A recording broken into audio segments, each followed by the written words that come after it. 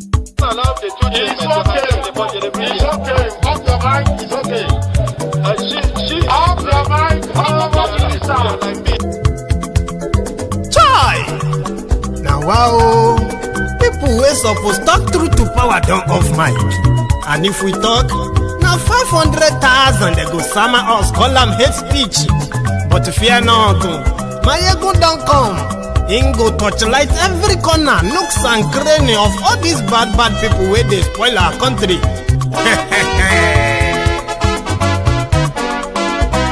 So my people make we loud, oh yo yo. Mayegun don come, oh yo yo. My people make we shout, oh yo yo. Mayegun don come, oh yo yo. Mayegun don come, man of the masses, oh yo yo. Mayegun don come, oh yo yo. Mayegun diary politico, oh yo yo. Mayegun don come, oh yo yo. This one not the off in mind, oh yo yo. Mayegun don come, oh yo yo. Can in the touchlight every corner, oh yo yo. Mayegun don come, oh yo yo. Okay, some people be they holla say they want the power. Chai, them be promise us say we go get light and power.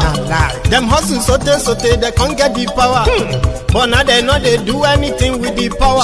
Every day, dollar just they get the higher power over naira. Still them talk say make we off mind. But thank God say Mayegun don come. So my people make you loud, oh yo yo. Mayegun don come, oh yo yo. My people make we shout, oh yo yo. Mayegun don come, oh yo yo. Mayegun don come, man of the masses, oh yo yo. Mayegun don come, oh yo yo. Mayegun diary politico, oh yo yo. Mayegun don come, oh yo yo. This one not dey off in mind, oh yo yo. Mayegun don come, oh yo yo. Person wey dey do evil no one make person talk. Them say that Mayegun, that man too they talk. He too they talk. Say Mayegun diary, he dey hot like pepper. But every day then they take money in bulk. Poor man pikin dey the street they hawk. Still them talk say make we no talk. But thank God say Mayegun don come. So my people make you loud, oh yo yo. Mayegun don come, oh yo yo. My people make you shout, oh yo yo. Mayegun don come, oh yo yo.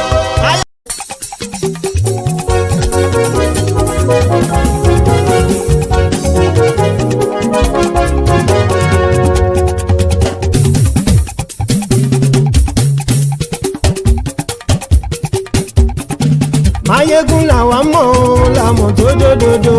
Mayegun diary Mayegun number one. Mayegun làwa mọ̀ làmọ̀ tó dòdòdò. Mayegun diary Mayegun number one. Mayegun ti dé o ọ̀rẹ́ ara ìlú. Mayegun diary Mayegun number one.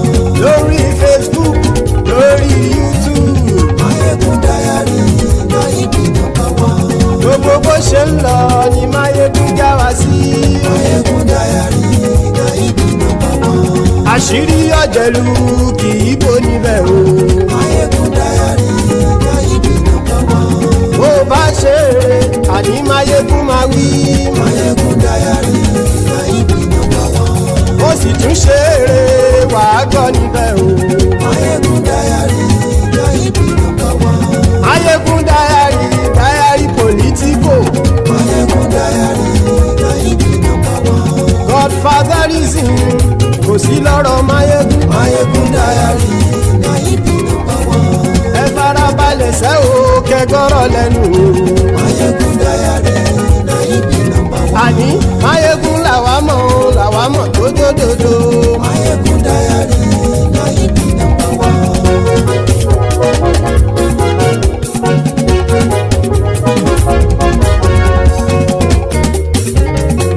Àní ẹ̀sùn ràkì. Mayegun ti dé. Mayegun ti dé. Ọ̀jẹ̀lú ẹ̀sùn ràkì. Mayegun ti dé. Àní ẹ̀sùn ràkì. Mayegun ti dé. Lórí Facebook. Mayegun ti dé. Àní ẹ̀sùn ràkì. Mayegun ti dé. Lórí YouTube. Mayegun ti dé. Àní ẹ̀sùn ràkì. Mayegun ti dé. Bọ́ bàbá gbé wúrẹ́. Mayegun máa wí. fàdìyẹ. Ayégun máa wí. Àníyàn sọ̀rọ̀ àjò. Ayégun ti dé. Pẹ̀sìdó bá rúfin o. Ayégun máa wí. Àníyàn sọ̀rọ̀ àjò. Ayégun ti dé. Kí gómìnà kówó jẹ. Ayégun máa wí. Àníyàn sọ̀rọ̀ àjò. Ayégun ti dé.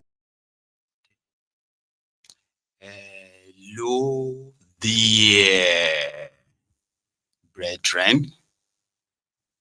So good morning to you, good afternoon to you, and a good evening to you from wherever you are watching from. You are joining us rather.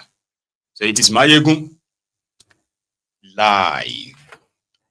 I know it's crazy what this shadow ban, whatever it is, or algorithm is doing to us. But thank you for those of you joining this moment. Please read the caption of the broadcast and read beyond that, okay? The description of the broadcast, like it, share it. Invite your friends, invite your not so friendly friends and tell them that Mayegu is live. You know, Mayegu today. So thank you very much if you have done that. So yesterday was the 65th anniversary or 65th independence anniversary. So a lot of discussion around that. And we treated part of that yesterday, or today, or tonight. We will pick it from there and continue, right? So Peter Obi, one of the opposition leaders in Nigeria, right? Sort of like gave a world press conference that he tagged the state of the nation, Nigeria, and how APC, Egbekegbe, have, destroyed whatever progress made since, the last 50 years, that they've degraded that, especially in the last decade. And they have now, they did that by institutionalizing corruption as well as incompetencies and all that. So the presser is where we're going to start from. I kind of divided them into two, right? So that we can have the first part, get the second part, react to both before we go to something else as well, as usual. So please, as you are joining, remember, after liking the broadcast, share it, okay? And here we go. Peter Obi's Independence Day speech that he addressed to Nigerians generally. And I think you should listen. We listened to that of Koolu, didn't we? And maybe you should listen to this too. So we start with this. A day to celebrate the struggles of our heroes who fought to free Nigeria from colonial rule. It should be a day for gratitude to Almighty God for His blessings on our nation. On October 1, 1960, Nigeria gained independence to a global acclaim as an emerging African economic and political power. Such was the potential that the Time magazine predicted the rise of a true African superpower that will lead the continent with pride. Our founding fathers fought for independence with confidence, passion, and determination to build a prosperous Nigeria that will stand alongside the world's most advanced nations. Unfortunately, the tragic failure of leadership derailed this vision. Yet, despite the setbacks, Nigeria has always shown resilience. In 1999, we overcame military dictatorship and restored democracy, beginning a renewed journey towards prosperity, freedom, and justice. That journey helped us to build Africa's largest economy and strengthened our democratic journey. the last decade, under APC incompetent, divisive, and corrupt leadership, Nigeria has been greatly diminished. In 2007, our total debt was about 2.5 trillion. Only about 10% of our GDP, after President Obasanjo's government have successfully secured debt forgiveness of over $30 billion. By 2014, Nigeria had become Africa's largest economy and was primed to achieve middle income status.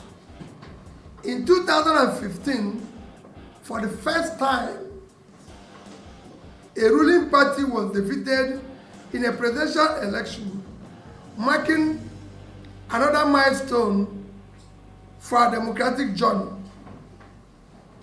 Today, the picture is bleak. Our total debt stands at about 170 trillion, nearly 50% of our GDP, without any improvement in our productive sector. Nigeria has now fallen to the fourth largest economy in Africa, behind South Africa, Egypt, and Algeria. Our democracy is now described as undemocratic. In just 1 year of this administration, 15 million Nigerians were pushed into acute poverty. Today, more than 150 million Nigerians lack access to basic health, education, water, and sanitation. The number is growing daily under the APC government that pursues brutal revenue-driven policies while ignoring the people's welfare. Nigeria now ranks among the lowest in the world in human development indicators. This government taxes struggling citizens and small businesses heavily while indulging in extravagance. Billions are spent on new presidential jets, yachts, and luxury cars. The cost of which is more than the 2024 budget for primary health care. The vice president's residence was elected at a cost of 25 billion, more than the capital budget of our entire university research program and 6 university teaching hospitals combined. Over 10 billion was budgeted for National Assembly, car park, and canteen, more than the capital budget of Ministry of Science. That's Obi. But there's something I actually want to say before I go fully into that, right? Why do some of some of his critics, why are they mostly triggered whenever he criticized Tinubu, APC, their policy, and the rest of that? Like, why are they triggered? Because to them, saying all of that is demarketing Nigeria. So therefore, this person is not a good person. Every time he's always talking about the bad things. And I'm like, what do you think is the job of the opposition? They say, no, opposition must criticize constructively. What is criticizing constructively other than to criticize the policies of the ruling government? like you want to tell them, like teleguide them of what to say, you know, and all of them. Like, and I'm not really surprised though, right? If you know very well, in Nigeria, Nigerians are just their pawn, you know, the pawns on their chess table, right? So you will see these guys who are going to pretend whenever election is coming, it's going to be like war, like, you know, immediately after the election, you just see that the presidential candidate of that party, they are lost, is now the friend, with the one that is declared winner. And just like that, other members of the opposition that they were threatening to kill themselves to blow up the country. You just start seeing them, either they campaign or they begin to talk like they are friends. There is no permanent enemy, there is no permanent friend, all that shit, right? Then election will come again, they'll begin to threaten fires and brimstone, all of that. But in 2023, that changed. It was like the entire system of the establishment got caught unaware by disobedient movement or so, which is obvious. And since then, they feel like they have not been able to control how the narrative goes. You know what I mean? Like the opposition should be talking. And Peter Obi himself, who is a member of the elite, by the way, right? I've started talking like the Gen Zs, just saying it the way it is, without sugarcoating, without, trying to avoid any form of a confrontation. You get that now? I don't know if you have observed that. If you haven't, you should. Now, back to what he's saying. Did he lie? With the situation you have found yourself in Nigeria now, Tinubu and his gang are struggling to force their imaginary progress on the people. And they are spending so much in propagating the lies that he himself is very much convinced that the lies are true, so to say. So the country declined while the country gets more indebted, poverty increased, insecurity increased, and everywhere in Nigeria today there is no pointer to say, whatever the plan was for Nigeria in 1960, so how far behind is Nigeria now to their peers who got the same independence the same time, among many factors that people will see that, right? Let's listen to the other part of his speech, comparing how much is being spent or budgeted and spent on these guys, and how much is being budgeted and spent on critical sectors of the country. It's mentioning that. So let's go back. Of science and technology. At a time, science is crucial for national growth. Meanwhile, Nigerians pay more for everything now and receive less. Passports, permits, electricity, petrol, food, rent, healthcare, all cost more.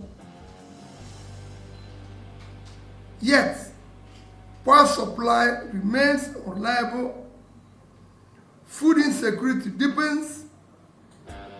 UNICEF World Food Program projects that 33 million Nigerians will face acute hunger in 2025.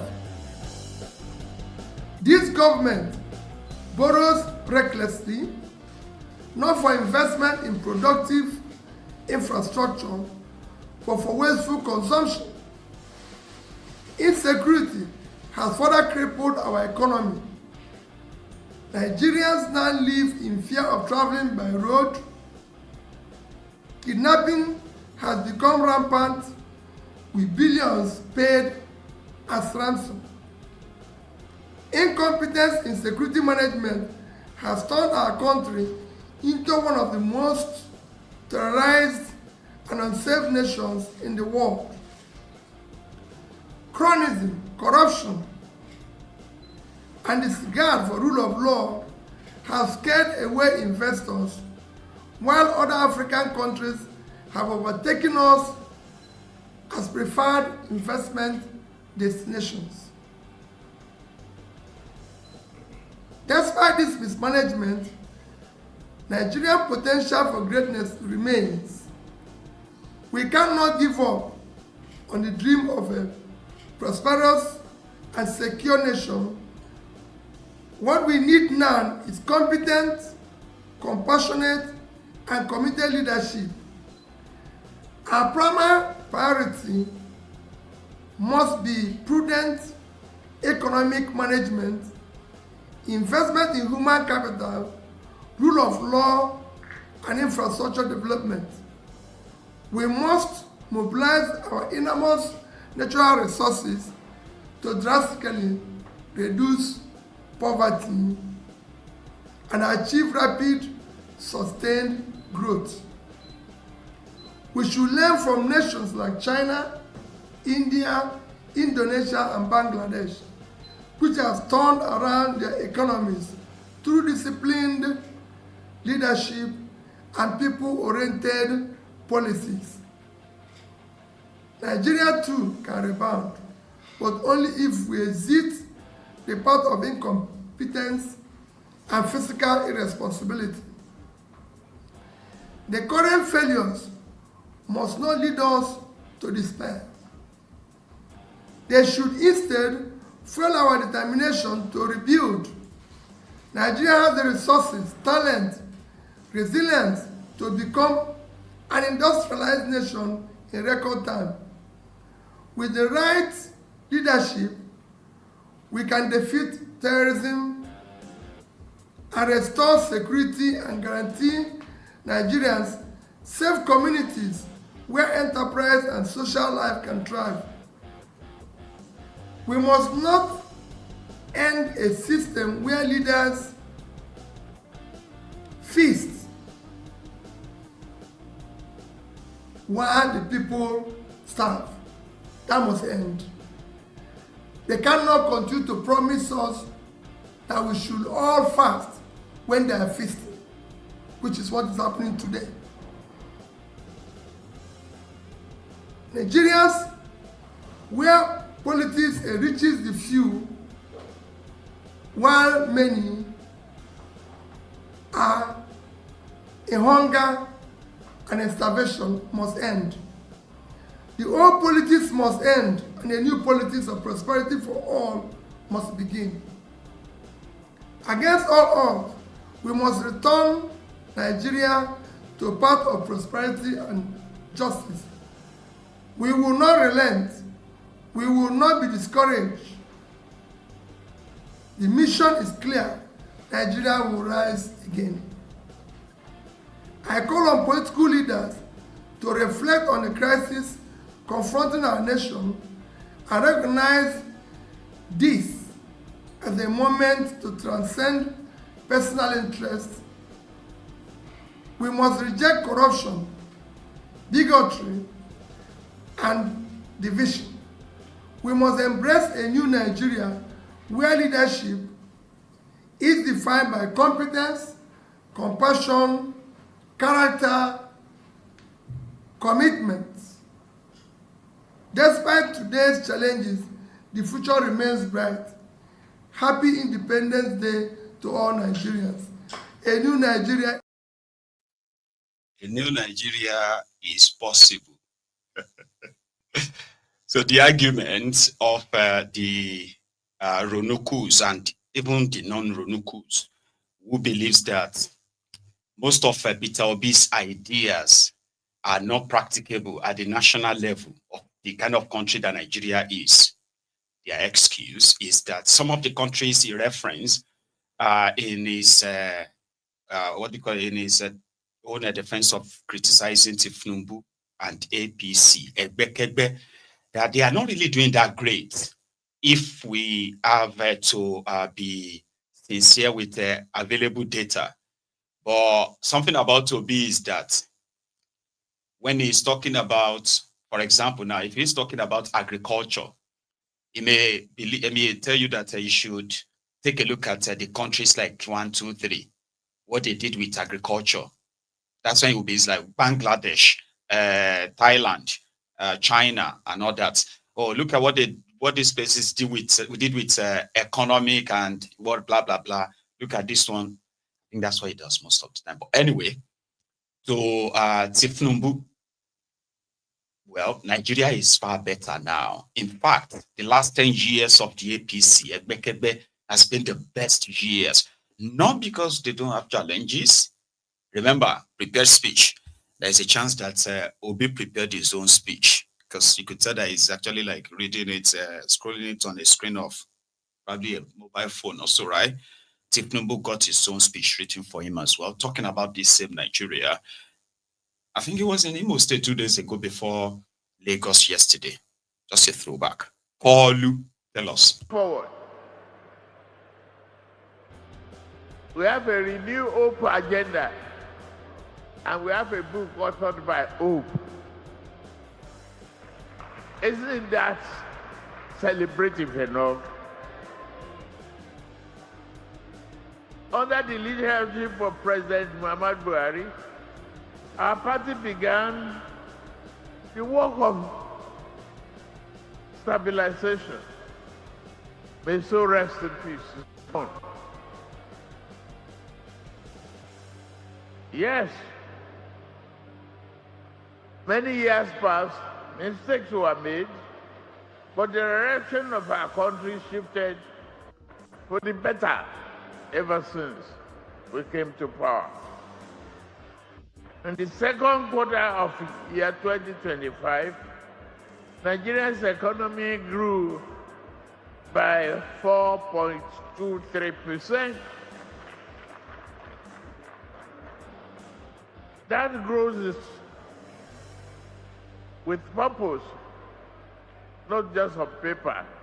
It is real growth. Inflation has fallen to 20.12% in August, the lowest in more than 3 years. This means relief is slowly but surely reaching out to our people. You may not feel it yet. Be patient. I thank you for your resilience. I thank you for your endurance. I thank you for your perseverance. Nigeria is changing for better. You will get the benefit. Today, our external reserves stand at $42.03 billion, the highest since 2019. This is the proof that Nigeria is regaining its strength and credibility in the global economy. Our trade surplus rose by more than 44% in the last quarter, while manufactured exports surged by 173%. These numbers speak of a Nigeria that's producing, exporting, and competing more than ever before. It's a better Nigeria. Now, I think na statistic we go chop.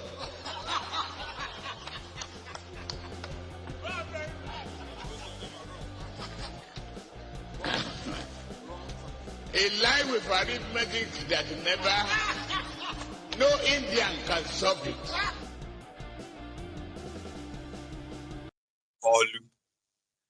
So for you to understand these two sides that we are probably like comparing now, talking about the progress Nigeria has made or the backwardness that Nigeria has suffered. On Peter Obi's side, right, exposing the hidden figure, hidden number, right, is considered as anti-Nigeria by especially the Ronukus. That anybody that wants to rule the country, you cannot be saying all these things like that. is Nigeria debt skyrocketed, as Nigeria debt skyrocketed in the last 2.5 years of Koolu? The answer is yes. Have they been spending frivolously, scandalously as well since they came to power? Absolutely yes. So are people going through it because of Tinubu's policies? The answer is yes. But on the Tinubu's supporters' side, their own argument is that, but there are progresses that have been made, because Tinubu is telling them that, for example, the World Bank, IMF, who came out and said, Nigerians, hungry Nigerians right now, they are worse off than Sudan, where they have a war-torn area of Sudan. The same IMF and World Bank that came out also said, in the last 2 years, more than 30 million more Nigerians have been dropped in the poverty bracket. And the same IMF that is giving him money, and the World Bank, right, also said, in order to combat this extreme poverty now, that Tinubu's regime should give out more money. That stipend that they are now talking more about, that they have shared this money, shared that money. Okay. So the same IMF now came out and said, Nigeria's economy is growing. It has now grown by 4.1%, something that ordinarily, when you are growing your economy year in, year on, right, like that, is growing, it will reflect on the people. But you know what the APC call reflection, that is changing, right? They came in, bam, and everything went up that way. Electricity, transportation, fuel, right, food, rent, school fees, medication, and every other thing went up. What you could pay 1,000 naira for before, they came in 2023. Now you will need probably like about 5,000 or 6,000 naira for the same thing, probably of less quality or quantity too. So this affected everybody, millions of people all over the place, which further drenched more people in poverty. Then a bag of rice that was 30,000 naira 2 years ago, and then jumped to 120,000 naira. So it's come down to 85,000 naira. To them, as progress. Inflation that jumped from 20% when Tinubu came in, that jumped to over 40%, their official figure, right? Over 40%. Now it came down 33%, 35%. But when inflation they come down, the value of the money no go up. Because that's what inflation means. Inflation decreases the value of your money.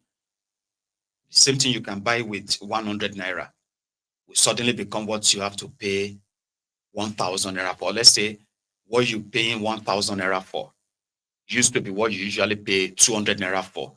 So that's what inflation does. It reduces the value of your money. So when inflation begins to fall, the value of your money will rise. What does that mean? It simply means that 1,000 naira can start probably buying, can probably be the value of, let's say, so let's start buying things worth 400 naira in value, which will give you an extra, the percentages between them. Do you get that? I know I'm trying to just be a layman economist, Abi, or a layman economic teacher. You will get it for those who haven't already. So the inflation, right, in another kind of like another description, right? Let's say you have a salary of 100,000 naira, right? And you used to be able to do everything conveniently, pay for school fees, rent, you even have a car that you're fueling regularly, but suddenly you can't fuel the car anymore because you are still collecting the 100,000, remember? But you're still paying your rent. Now you're struggling to even pay the school fees of your children. So that simply means the value of the 100,000 naira over time has been reduced so bad that you likely need maybe 600 to 700,000 naira now to do everything you used to do with your salary of 100,000 naira. You will now need like 700,000 to 800,000 naira more. So if they don't pay you that, you will now have to live below the normal standard of human. So that's it, poverty straight. You get what I mean now?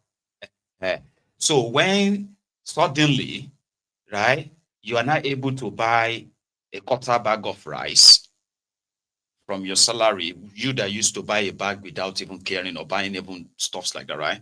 So then you begin to feel like, okay, is it not better now? Remember that time that you are unable to even feed. Now you can feed a little bit. Shebi? So yeah, that's true. So yeah, it's better, it's better.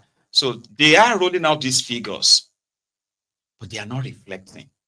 All this data, they are not reflecting. For Jironukus are saying, no, they are reflecting, and you know they see them. Because right now, Nigeria is making more money. Why is it that you are making more money? And as you are making more money, the governors are getting more money, as they are saying. But rather than for the corruption, for the poverty to reduce, it keeps going up. It keeps getting worse. What does that tell you? It tells you that the corruption has taken over everywhere. Majority of them don't care of doing anything anymore because there's no consequences. You get that now? As long as they can come out and say everything Tinubu 2027, 2 million votes, 5 million votes, they keep saying that whatever they do with your money, that money that they said they are making more now, whatever they are doing with the money, they can get away with it, or they will be getting away with it. Do you get that now? So that's this, the backwardness versus position versus the progress position presented by these sides. And I think it's also, there's a part where Tinubu denied any religious killings. I showed that yesterday, didn't I? Let's go to Lagos. Because in Lagos, as they cancelled any form of independence celebration, right? They still had some side sort of like parties and all that. One of them is the celebration of renaming the National Theatre in Lagos after Confessor Soyinka, you know. So they were all in Lagos yesterday. There's actually this newspaper cut. Let's see if I can get that up quickly, right? There's a newspaper cut where, I think it was in 2010. It was when Nigeria was 50 years, 50th anniversary. Sorry, guys, just give me 1 sec. Yeah, and he said there's no cause for celebration simply because what is there to celebrate when the country was pretty much like not where it should be, especially to people like Professor Soyinka, somebody like that who is considered a literary icon. Yeah, literary icon. So, and he's been a government critic for a while in his life. He's been arrested for going against the supposed order of the government of Nigeria, and on like that. And then he became more like a central figure during the 2014-2015 race of the APC, to take over our government of Nigeria, which they succeeded. So everybody played dirty, went into the gutters, including the Nobel laureate. So that somehow left some level of disappointment and impression on some younger generation. So things went on, and suddenly the vocal prof became the friend of the government because his friends are now in government, as everybody now kind of found out, right? So he couldn't really talk anymore the way he used to. And in his defense, it's like he's done his own best. He's old man now. There's no chance for any young generation, all of you that are younger people right now, expecting him to come and lead any protest against. He did lead. That's why I said that everybody went into the gutters to bring this APC in. And since then, it's not really been the same. But is been so well admired more by the Ronukus, because to them, one of the reasons why they are even going to make sure that if Tinubu, whatever it takes, if we do it 8 years and even more, is because they believe that so many people openly identified with Tinubu, they have been vilified and all of that, including Confessor Soyinka. But there's a long story to that. If you have been on this platform for a while, you probably won't need any form of repetition. So, Bokwari in 2017 or 2018 or thereabout, no, sorry, that was when they muted the idea. But when they actually acted upon it was in 2021, when they, during COVID, right? So in 2021, when they commissioned Emefiele to raise the money, like mobilize for fund for the upgrade of the National Theatre in Lagos. But they didn't wait to commission it. But when Tinubu came in, right, I think Bokwari was going to rename the place after Soyinka anyway. So when Tinubu came in, they added to the budget of completing it to celebrate 65th anniversary of Nigeria, right? Which Soyinka said in his own speech that, in the past, he never seen any reason to celebrate anything in Nigeria. Nigeria at 50, there's no cause for any celebration. His reason was because Nigeria was not where it was supposed to be. So right now, people are now saying, okay, maybe Nigeria is now where the likes of Soyinka probably envisaged Nigeria to be. So Koolu in Lagos yesterday, and so many of them, right? Including Remy, including Apabiole and others, and Soyinka, of course, to celebrate the beautiful National Theatre, right? That is now Wale Soyinka Center of Art. We are culture, no, I don't know.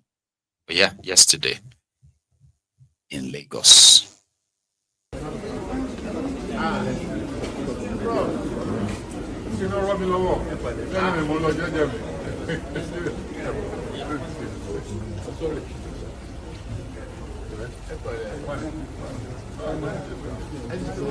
don't know this one. This is the final one. The major one is out there. So, but you are not going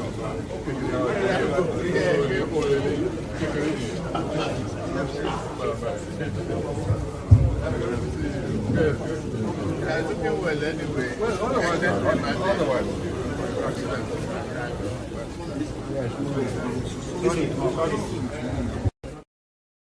So the answer is yes. Somebody asked Lubumi, or Pabumi rather, you asked if he would be celebrating now. Well, from his own speech, I don't know, I'm battling between confessor and professor. Anyway, from his own speech, Professor Soyinka said, he used to reject all these entreaties from those in government and power. And he later reconsidered, especially for this naming thing after him. Said, there's no literary, giant or icon that's got anything really named after them in Nigeria. That most of them will probably just pass without having anything named after them or to be remembered this or that, something like that. I'll share the video with you. But his own, the late colleague, Chinua Achebe, rejected the offer there, right? He rejected I think I even have a write-up of that. So he rejected the offer of national honor given to him by Obasanjo in 2004. And his reasons there was that, Nigeria is a complete disappointment due to the kind of leadership they have. The people are, there's no real leader that has shown that they were willing and ready to manage Nigeria's diverse, differences and all that. Hang on, I think I actually have one. Yeah, I said, in quote, I said, for some time now, I have watched events in Nigeria with alarm and dismay. About this was 21 years ago. 21 years ago. He said, I have watched, particularly the chaos in my own state of Anambra, where a small clique of renegades, openly boasting its connections in high places, seems determined to turn my homeland into a bankrupt and lawless fiefdom. I am appalled by the brazenness of this clique and silence, if not connivance, of the presidency. 43 years ago, at the first anniversary of Nigeria's independence, I was given the first Nigerian National Trophy for Literature. In 1979, I received 2 further honors, the Nigerian National Order of Merit and the Order of the Federal Republic. In 1999, the first National Creativity Award was given to me. I accepted all these honors, fully aware that Nigeria was not perfect, but I had a strong belief that we would outgrow our shortcomings under leaders committed to uniting our diverse peoples. Nigeria's condition today, under your watch, is, however, too dangerous for silence. I must register my disappointment and protest my declining to accept this high honor awarded me in the 2004 honors list. Achebe rejected the national honor simply because he witnessed the level of political brigandage that was taking place in Anambra at the time, that he couldn't believe it. That this is supported by the presidency of the country. You remember the Uba brothers, Chris Uba and Andy Uba of the... So I wouldn't want to take any national honor again. So he rejected at the time. So in 2010, was it 2010 or 2011? 2011, when Goodluck Ebere Jonathan was spending his first independence as the substantive president of Nigeria. Remember? So Achebe was also listed as to receive national honor. He rejected it again. And according to him then, quoted by the Guardian, right? He was quoted to have said, 27 years ago, I wrote a pamphlet called Trouble in Nigeria, which was about corruption. Today, matters are worse because they have been allowed to get worse. So he rejected the national honor again, or anything at all being named after him or anything, So those are the people who are like in their youth, like when they were so far younger than us, than you and I. I'm kind of getting old now, right? I'm talking about in their 20s, early 20s, late 20s, early 30s. These were guys who were like so very much like active in everything they were involved. Those who have been in the academics at the time, like Achebe and Shoyinkad and others, right? They had their vision of what country should be. They were so young enough that they believed that if Nigeria was to be really independent, right, it has to form, they had this vision. And throughout their youth, they watched this dream faded away. You get what I mean now? And in their old age, they still see that, amen. So imagine you that you are in your 30s right now, and you probably, in this your short-lived life so far, right? So you're imagining that you've seen enough wars, the terrible leadership, corruption. These ones have been seeing it since they were so young as well. Now, 50 years after, 60 years after, it has gone worse. So imagine what is it going to be like in 2070. Well, because 2070 means 45 years away. So add 45 years to your age right now. How old do you think you're going to be? can imagine what it is going to be like if things continues like this, right? So Soyinka said he never used to, reject stuffs like this. But right now he realized that, for the culture, he will have to accept it. Then he went on to tell other meaningless other stuff like stories like an old man, but again, trying to show his appreciation to Koolu. Here is what Koolu said. Koolu said, no, it was me. There's no conspiracy. I did it. That means he renamed the place after him. It's an achievement. Koolu. Well, their uncle and leader, one of the most talented and creative mind, Uncle Wole Soyinka. No conspiracy anywhere. I did it. When they brought the question of renovation to my desk, I remember the journeys that we had together and the gains that I shared with you. Your contribution to our courage, nation building, freedom. Yes, in some cases, unrewarded talents is a proverb. But you are our jewel, our talent. Whether proverb or being,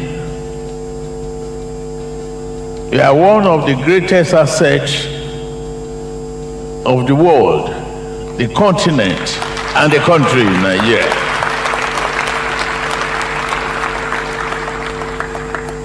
So it couldn't have been anything else. And I know definitely you will not disobey this president. So I say it has to be Wole Soyinka Center. They corrected my English, but culture and rename it. And I'm glad we are here tonight. Well,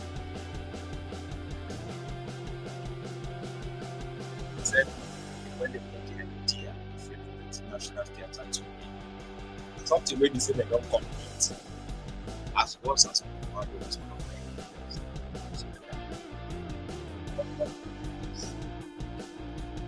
I know how to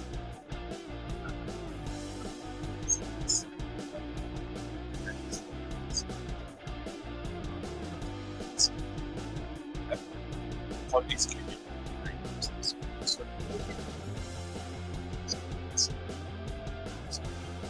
So yeah.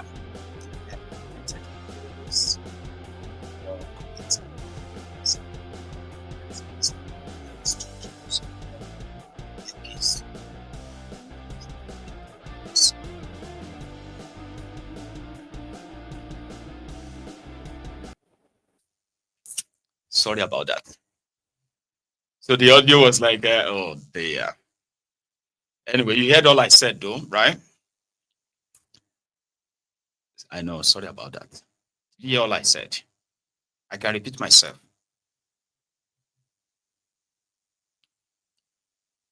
Okay. You didn't hear all oh dear. Okay, I'm sorry. I'll take it again. What side is that? 50. That's gonna be like a 53 minutes. So everybody will I wish I knew. Anyway, I'll take care of it. So now let me tell you what I said. So I said Koolu. Right. So I'll repeat myself. Don't worry. Let's take it again. So what I was saying there was that Koolu is claiming credit for renovating the National Theatre. However, it wasn't him. It was Bokwari. As horrible as Bokwari was, yeah, the renovation, God knows how many billions. I mean, I didn't grab that, right? How many billions, but the renovation was done by Bokwari, Emefiole was categorically commissioned to raise money for it. And he did. And they awarded a contract, and the whole construction was done even before Tinubu came in.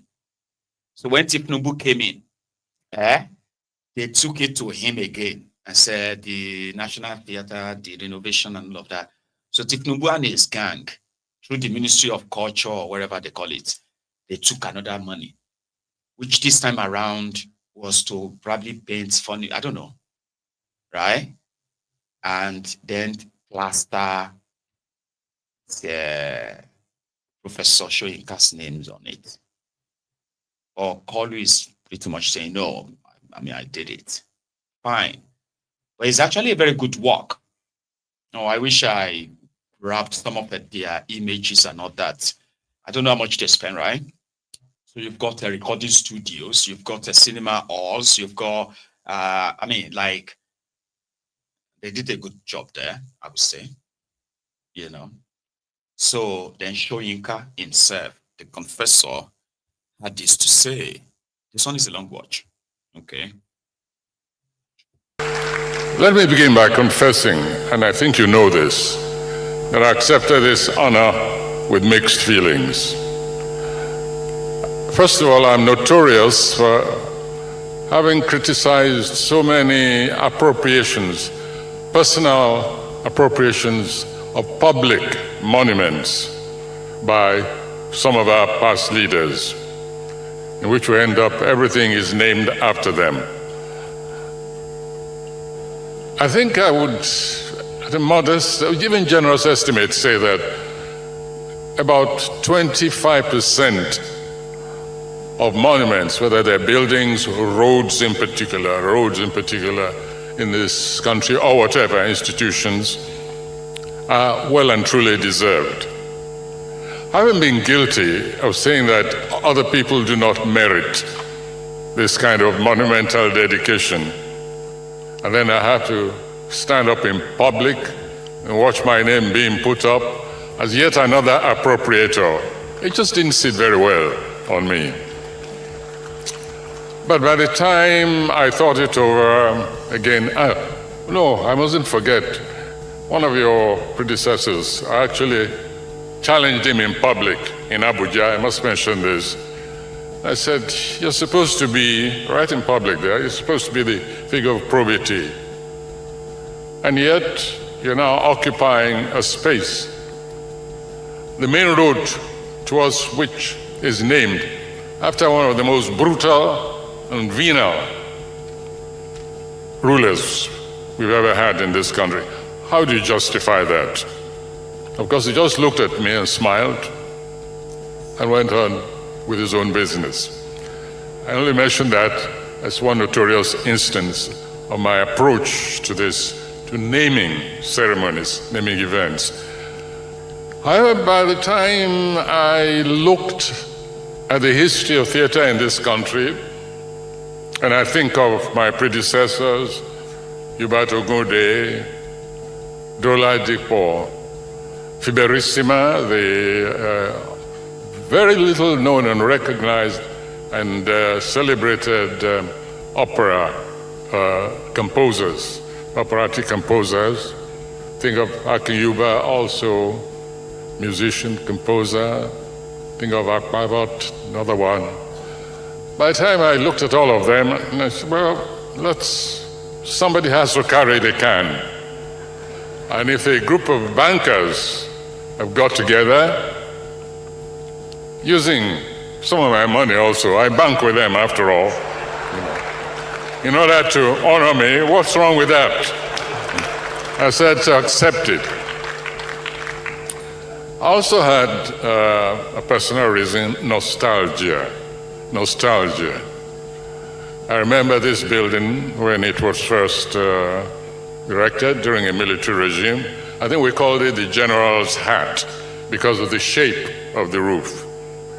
There's, of course, in the conception, very little of what I call the African architectural intelligence in it.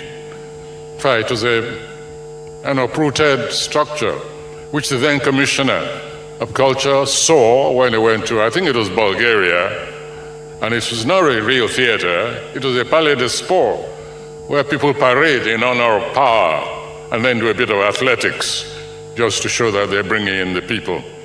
I took one look at it and I said, I'll take that, but make it 1.5 times the size, because Nigeria is bigger than this country. And that's how this building came to be. All right. Still, we said, we'll manage it. And we had Festac 77 in this very hall. This very hall is a different hall, completely. It's nothing like what that building became over the years. Degraded to such an extent that when Lagos was celebrating 50 years anniversary, and we looked for a hub, a center of activities which will be taking place elsewhere, one of the places we visited was what was here, which is now transformed. I took one look at it, and when the governor and his team wanted to come back and take a second look, I said, you go without me. I said, I've advised you, get somebody secretly, plant a bomb, blow it up. You know. Amiable, I said. It was not just a desert, it was a slum. And these bankers have got together to make me eat my words.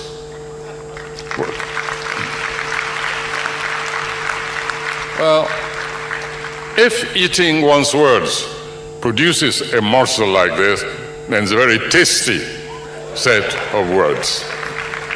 And I want to thank you and congratulate you for doing what I considered and pronounced impossible.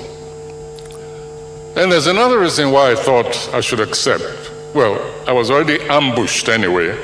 They'd announced it as usual behind my back. As MK Abiola would say, they shaved my head in my absence. But still, I would have raised a squawk. But then I decided, this building owes me.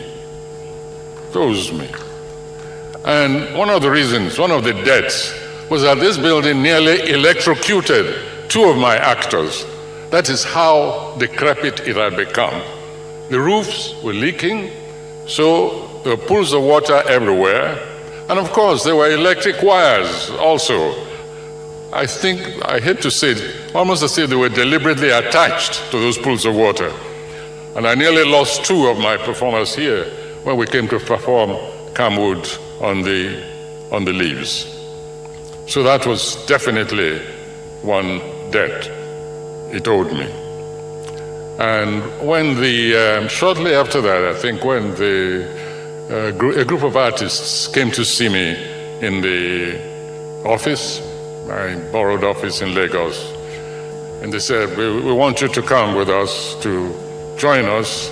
We want to protest. It seems as if some business people, that was the first attempt, wanted to take this over, and we think they shouldn't be allowed. I said, better go and prostrate yourselves and thank anybody who was foolish enough to want to take over that place. Just go away, leave me alone. But again, I think that created a challenge to the banking consortium, because this is a different group. I think it created a challenge. So having thrown out that challenge and having it picked up, I decided it's been fixed. They couldn't even acknowledge Bokwari or Emefiole at all. So it's referring to them, the people who actually fixed the place, who raised the money. Because when I say raise money, I mean, it was like the central bank governor taxing his friends who have benefited through his office, as you know, when I say his friends, like other bank CEOs, now them raise money to renovate National Theatre. But Tinubu, and even Soyinka, who is aware of that, couldn't mention the name of the person. He said a group of bankers came together that they wanted to renovate the place, and it was like, whoever was foolish enough to want to even take over that place should better go and take it over. Now that place is where, Tinubu and his gang kind of like, claim glory for. There's nothing wrong claiming glory, but there is more to it. So what you're going to get, is that to make use of the place, right? You would pay, which ordinarily should be the way to maintain the place. But the difference is that after all this show, the cameras, everything is off, they will now will it to somebody. And of course, the kind of people that will get it, right? In Tinubu's clan. And that person will just, that national theater will just be his or her own compensation. They will say this person is the director of the national theater or the chairman of the board of national, the Wole Soyinka. Here you get. Because to them, they can always write budget and say they want to do something there. So whatever money you pay in goes straight into personal pockets, I promise you. And they can easily deceive you and say, oh, National Theatre generates 1.4 billion the first 2 months. All those ones, it is to psychologically prepare you for when people will say, what happened to National Theatre now? Then you realize that, but they said that, who said that? These rogues. Still talking about their 65th independent anniversary. In Kano governor was calling on Tinubu to remove the Kano State police commissioner who defied him by withdrawing the security or police from the Nigeria 65th anniversary in Kano. Because according to him, it's only Tinubu that said there will be no celebration. But they want to celebrate, they want to march. And in anger, in his speech at the venue, he pleaded with Tinubu to remove him or something. Still on their birthday.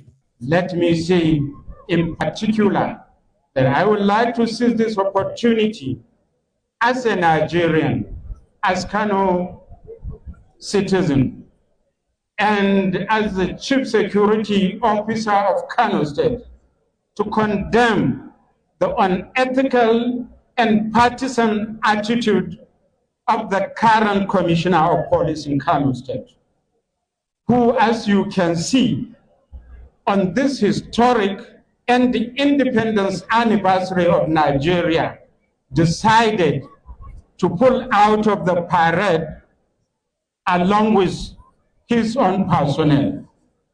This is for reasons best known to him and best known to his people.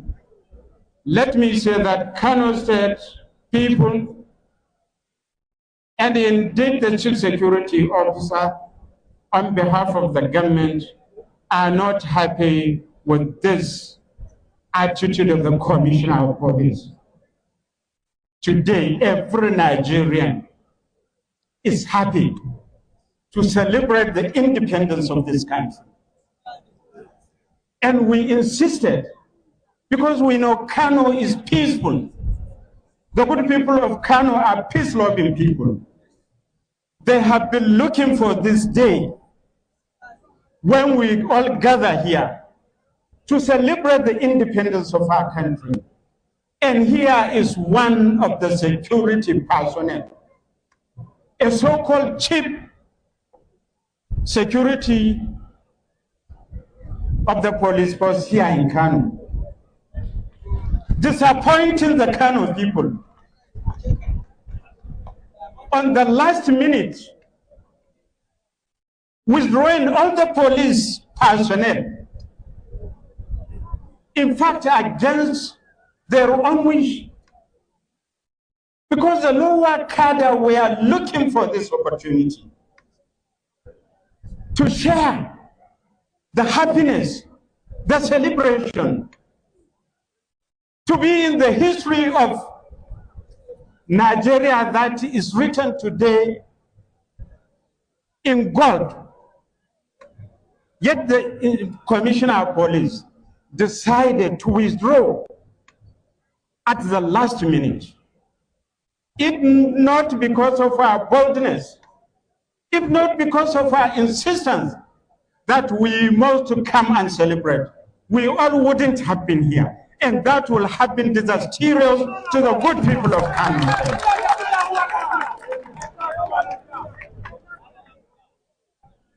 On this note, as I said as the Chief Security Officer, this responsibility was bestowed on me by Allah subhanahu wa ta'ala and by the Constitution of the Federal Republic of Nigeria. And nobody can dispute that, and nobody can take it away from me. On this note, on behalf of myself as the leader of the government of Kano State, elected by you people, and on behalf of all the Kano people, we condemned this unnatural attitude of the CP today. And history will be there. You can see I used my own pilot car to go around. This is unethical. This is unprofessional. This is disservice to the Federal Republic of Nigeria. I therefore wish to seize this opportunity to call on the President of the Federal Republic of Nigeria, His Excellency Bola Ahmed Tinubu GCFR. We know he is a thorough man. We know he is a no-nonsense man. I am saying this. We call respectfully on him to remove the Commissioner of Police from Kano State today.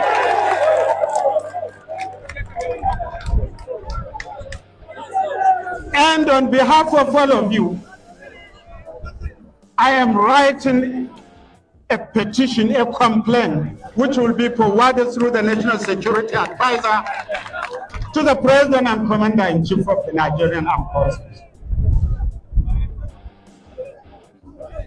Kano people are highly respected people.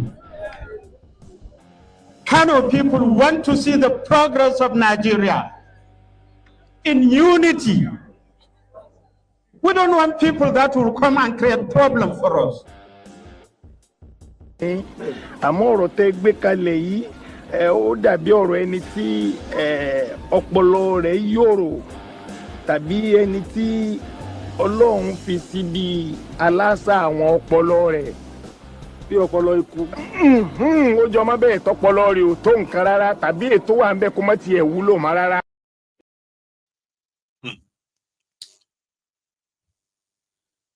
Chuzi, let me start with you, right? Because you probably directed that comment at me, I think, right? I will answer you. One of the most boring thing, and at the same time depressing, you should have that, is to pay attention to what is going on in Nigeria. Because, and that's what they really wanted to achieve, make you so disinterested. And they've achieved that so enough that the worst of Nigeria, from every part of Nigeria, in a very huge percentage, are the ones in charge of Nigeria, making decisions for millions of people. But you know, generally, Nigerians will say, oh, Nigerians are very smart. Nigerians are very smart people. Nigerians are this or that. Nigerians are industrious, but the problem is the leadership. So the question then is, why is that? Because they've successfully, through different means, got the right-minded people disinterested in politics. A lot of you are interested in making money. Just want to, like, I want to go to school, get a job. It's only when you now finish school and you needed to get a job, and then the reality will be hitting you that well, it's not that simple, it's not that easy. But why is that? Because criminals are running the system. And the system they have put in place is what you'd have to obey. So it is therefore tiring when you start paying attention to what is going on. You begin to now start questioning so many of the things that you have initially probably projected, because you have been programmed to be like that anyway. You can't think within, outside that circle, because you cannot think beyond what you know.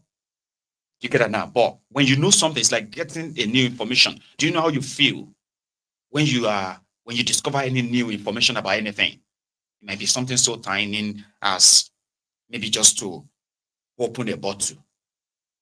And then you realize that, you've been doing it wrong all your life. Wow. So it's this easy, kind of, that eating information that that, man, this is so helpful. That is why Mayegun's diary, I never knew that we end up having a lot of people interested in watching or listening to Mayegun. It used to sound like a ranting. Some of the people who ended up liking Mayegun and all of that and become so interested in what is going on, right? Majority of them, they never used to. Some of them felt like I was too raw, I was too disrespectful. But later, they started seeing the characters I am talking about. They started seeing the criminals dividing Nigeria, destroying Nigeria in a different way than the media have been presenting it all. That time that you just read an headline, 45 billion naira for senators to buy cars. You read it and just ease like, what, man, this criminal, they are just wasting our money. But with Mayegun or platform like Mayegun's Diary Political, you will now begin to understand the effect of that on other things. You begin to look beyond it. And once you begin to realize the consequences of all these actions, these inactions, the cumulative effect of it, you start getting depressed. Because around that time, you are likely going to begin to discover that it's like people are so helpless. So, but why is that? Is it because they didn't really know? They are aware that things are bad. Their leaders are corrupt, this and that. But they actually really understand why they are so poor and they are not getting out of it anytime. So you become depressed. Say, people don't know this thing. Why can't people come out and protest? Sometimes when you see people comment on Mayegun's Diary Political, it's because they are now aware and you can now form your own opinion in a very much balanced, informative, enlightened way. You're not just talking via parlor talk anymore. Do you understand? You now know what you are talking about. And you become more angrier. Man, they're supposed to kill all these leaders. You begin to react in a way simply because you are now aware how rotten the system is, and it will continue to produce low quality public office holders who are going to be making low quality important decisions that will continue to affect lives of millions and millions every day. So yeah, it's boring. I have to turn myself to a storyteller to make it a little bit fun. It's boring because it's mentally tiring. You can sit down there and I'll present some section of the program that you become so connected. You're so connected to it that you are either so sad or temporarily so enraged, sometimes so worried. And all of these are real life events. They are not make-up stories. Do you get that now? That's exactly how I want you to feel. You need to be more connected. That you are far away from Nigeria doesn't really spare you. And I'm glad over the years, a lot of people agree with me that it's the right thing to do. Because at the end of the day, nobody is going to fight for anybody. But nobody is going to fight except when they realize that, they have to fight. And not until then, we just still have to keep doing it. You see, just have to keep indulging me. Nigeria is tiring. You'll be wondering, why is that so hard to do? How come that one is so tough to do? Why can't they do this one? Is that one too hard? then you are like, oh, it's because they are corrupt. Now you know it. And that you know that they are, who are the corrupt guys? Look at them. And they are flaunting it before you, more or less like there's nothing you can do. What are you going to do? So that one from Kano, that is passionately, they are talking about Nigeria independence, Abi. The one from Kano is so passionately like telling his listeners that Kano people are very happy with Nigeria. They are so proud of Nigeria. They are looking forward to this Independence Day, and they want to see the police march and everybody march to show that they love that. And they are so sad right now because the commissioner of police suddenly withdrew all the police officers. He's not there to tell them how he's been able, at least in the last 2.5 years, how he's been able to touch their lives positively and what is in the offering for them. You know, the quality of the leaders. Why is the system producing that kind of quality of leaders? Where the quality of the followers I mean, you don't just look at the quality of leaders, look at the quality of the followers too. You get what I mean now? So they are the true reflection. They are these so-called leaders. They are true reflections of their of their followers. Right? On the Independence Day, after Monday, the Dodoyo governor of Edo, went on a 2 weeks Europe tour. He also came to Glasgow for investors to show progress in Edo so far. He also went on a project inspection where they are constructing drainages. Opeodoyo on Nigeria's 65th independence. 65th independence. Independent. Governor where the enter gutter. Checking the project. Oh God. Akbako rescue. He has come to rescue Saple Road. Oh God. Akbako. The light of Edo. The light of Edo State. The light of Edo. Akbako rescue. Governor where the enter gutter. Oh God. Governor where the enter gutter. Governor where they check project for weekend. Oh God. Governor where no they tired to work. Mr. Project. Uncommon governor. Uncommon project. Governor where no they tired to work. He's moving today Saturday weekend. Wait for rest. You see they walk. He's walking. See a governor where they enter gutter. Since 1999, we never see governor when they enter gutter. Akpako. Oh God. He's checking. He's looking whether the contractor is working. In Edo, 2.5 million votes is settled. Asiwaju. Akpako. God sent to Edo State. God sent to Edo State. The man that God has sent to come and rescue Edo. Edo is shining. The governor is working. Miracle worker. Miracle worker. Governor we know they tired to work. Governor we know they tired to work. Waiting other governors no fit do for 8 years. Akpako is doing it. Oh, governor we get swag. Governor we get level. Oh God. The light of Edo. God bless the governor. God bless the governor. God bless the governor.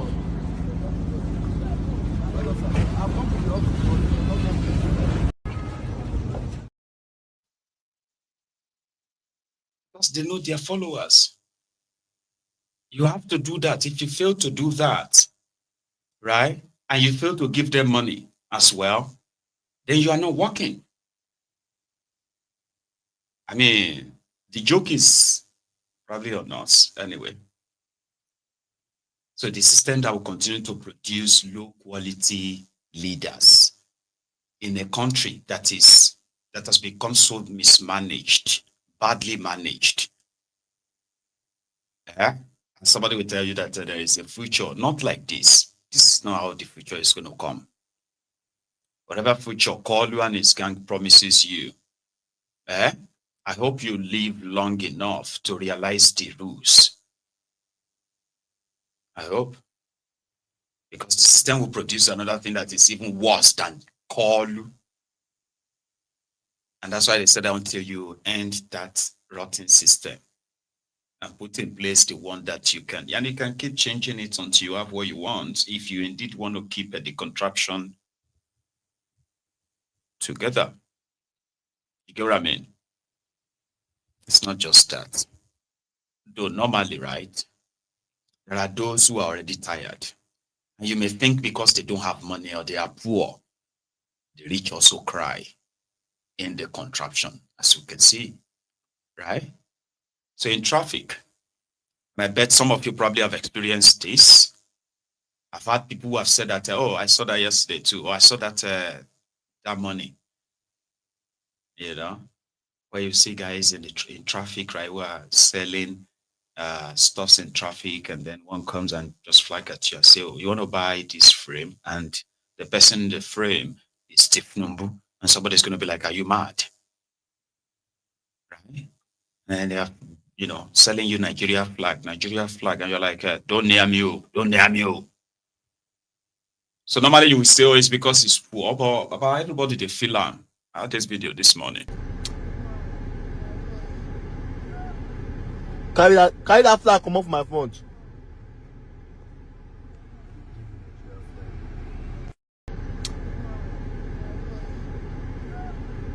Carry that flag, come off my phone. Except for those who are probably benefiting directly from them or looking forward to benefit from them, you know, the majority of the country are not feeling this data that Koolu and his gang are rolling out. But they are saying that, no, don't worry, you will still feel it.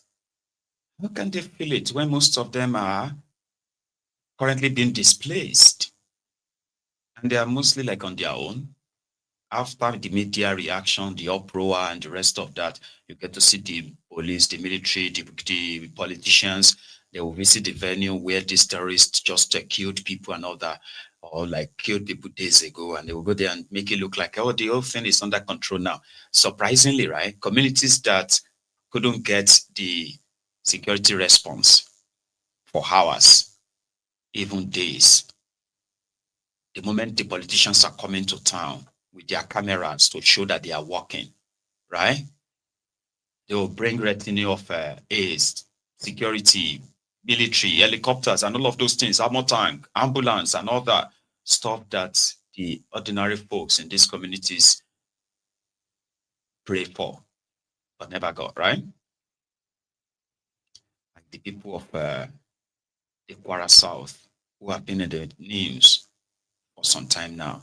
In all of this, even on Independence Day, majority of them are those who are left behind, have been sitting at home, shut their doors, waiting for the possible attack on them, while others who have waited a day or two before are no longer able to hold it, so they are living on Nigeria's 65th anniversary, 65 years of independence.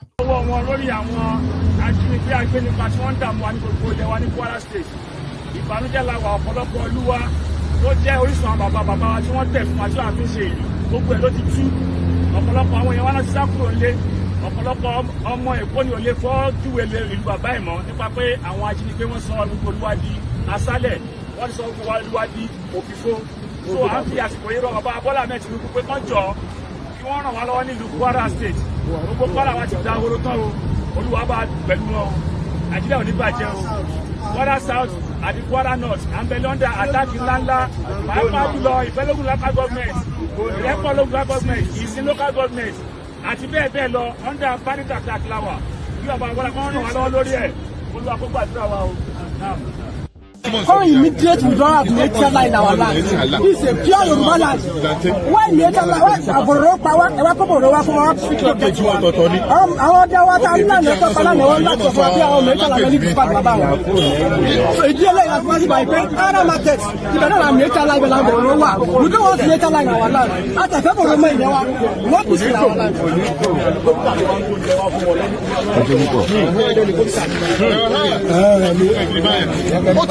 Orúkọ tèmi ni ṣẹ̀sán ìpínlẹ̀ rẹ̀. Nǹkan tó ń ṣẹlẹ̀ ń sìn ó ń dùn wá gan. Ní àwọn ọmọ ẹ̀yà wa táwọn gbowó táwọn gbẹ́ ní ti tọmọlọ tí ara wọn gẹ́gẹ́ bí security ló ń pa yìí.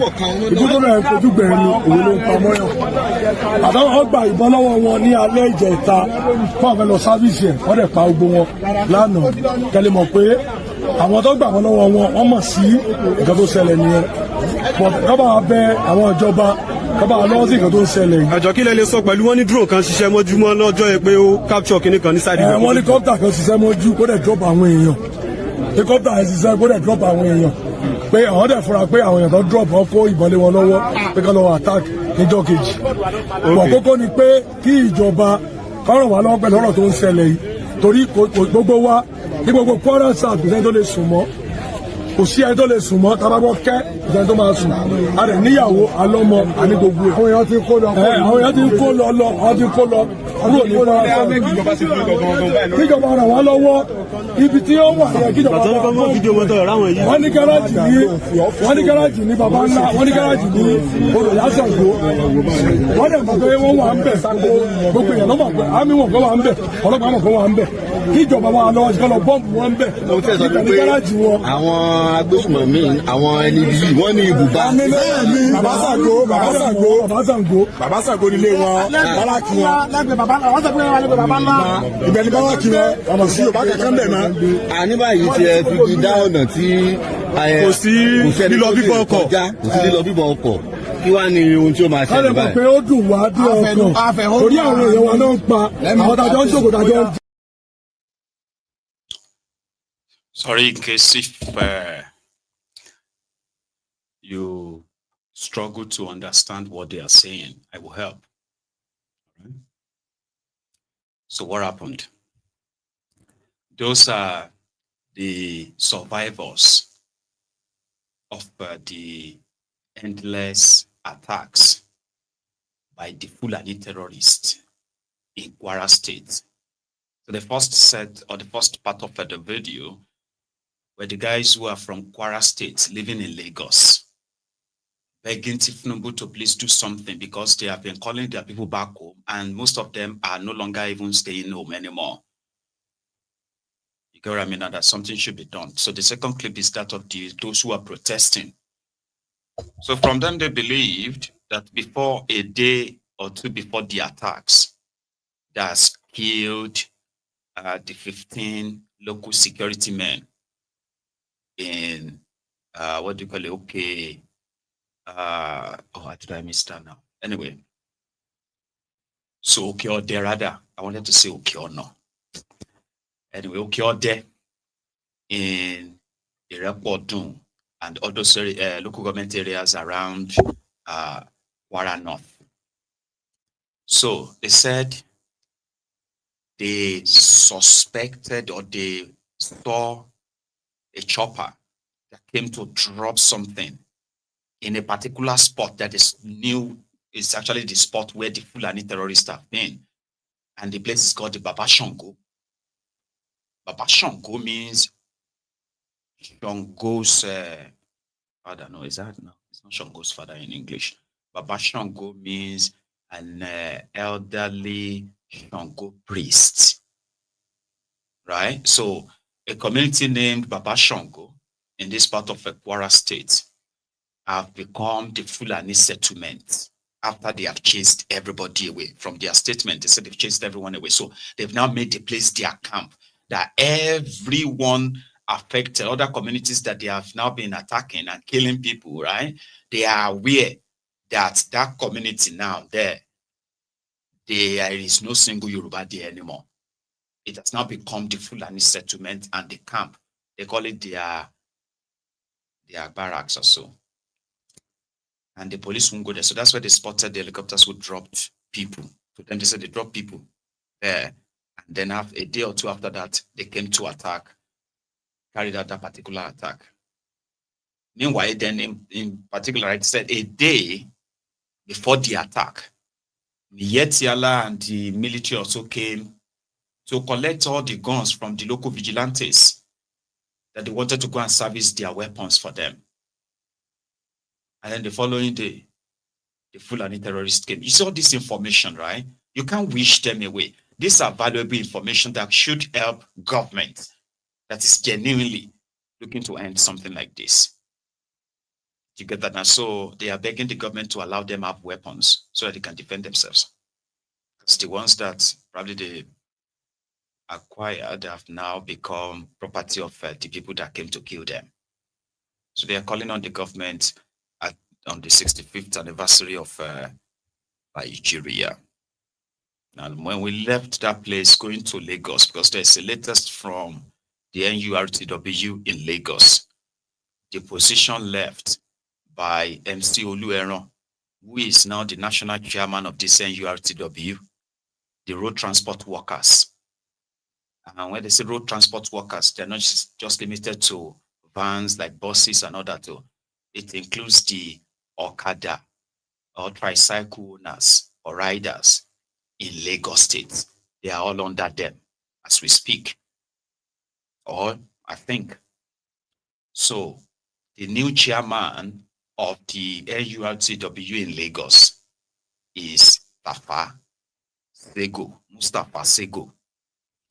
And if you remember, if you recall, when they wanted to do their local government elections in Lagos, Sego addressed the gathering of these transport workers in the open. He told them, right, that Lagos State is Tinubu State. Lagos State is APC. And in Yoruba, he said, "Aiteyin kala fowobo," which means if your lips can't cover your teeth, that is when you begin to use your hand to cover it. So, listen, they are capable of dislodging any form of opposition. And what happened in 2023? Don't even think about it. That's just a child's play to what you are going to witness in 2027. He said that, and eventually it went their ways. Here you get. So APC was declared winner of all the local government areas and everywhere. So it was fine. But the real big thing, the big elephant in the room is Tinubu. So, and it's, according to him, right, he said it's becoming unbecoming that Gbadebo or any other opposition will be going everywhere in Lagos State, campaigning that they want to remove Tinubu. And then all of you that are being fed by the party that is feeding you, APC, you are there allowing them to do all of that in your area. This time around, you know, I'm supposed to actually sack all of you, right? I'm giving you the last warning. And many other things he said. Just so you kind of be aware that in the year 2027, you are going to witness never seen before violence. And they will deny it.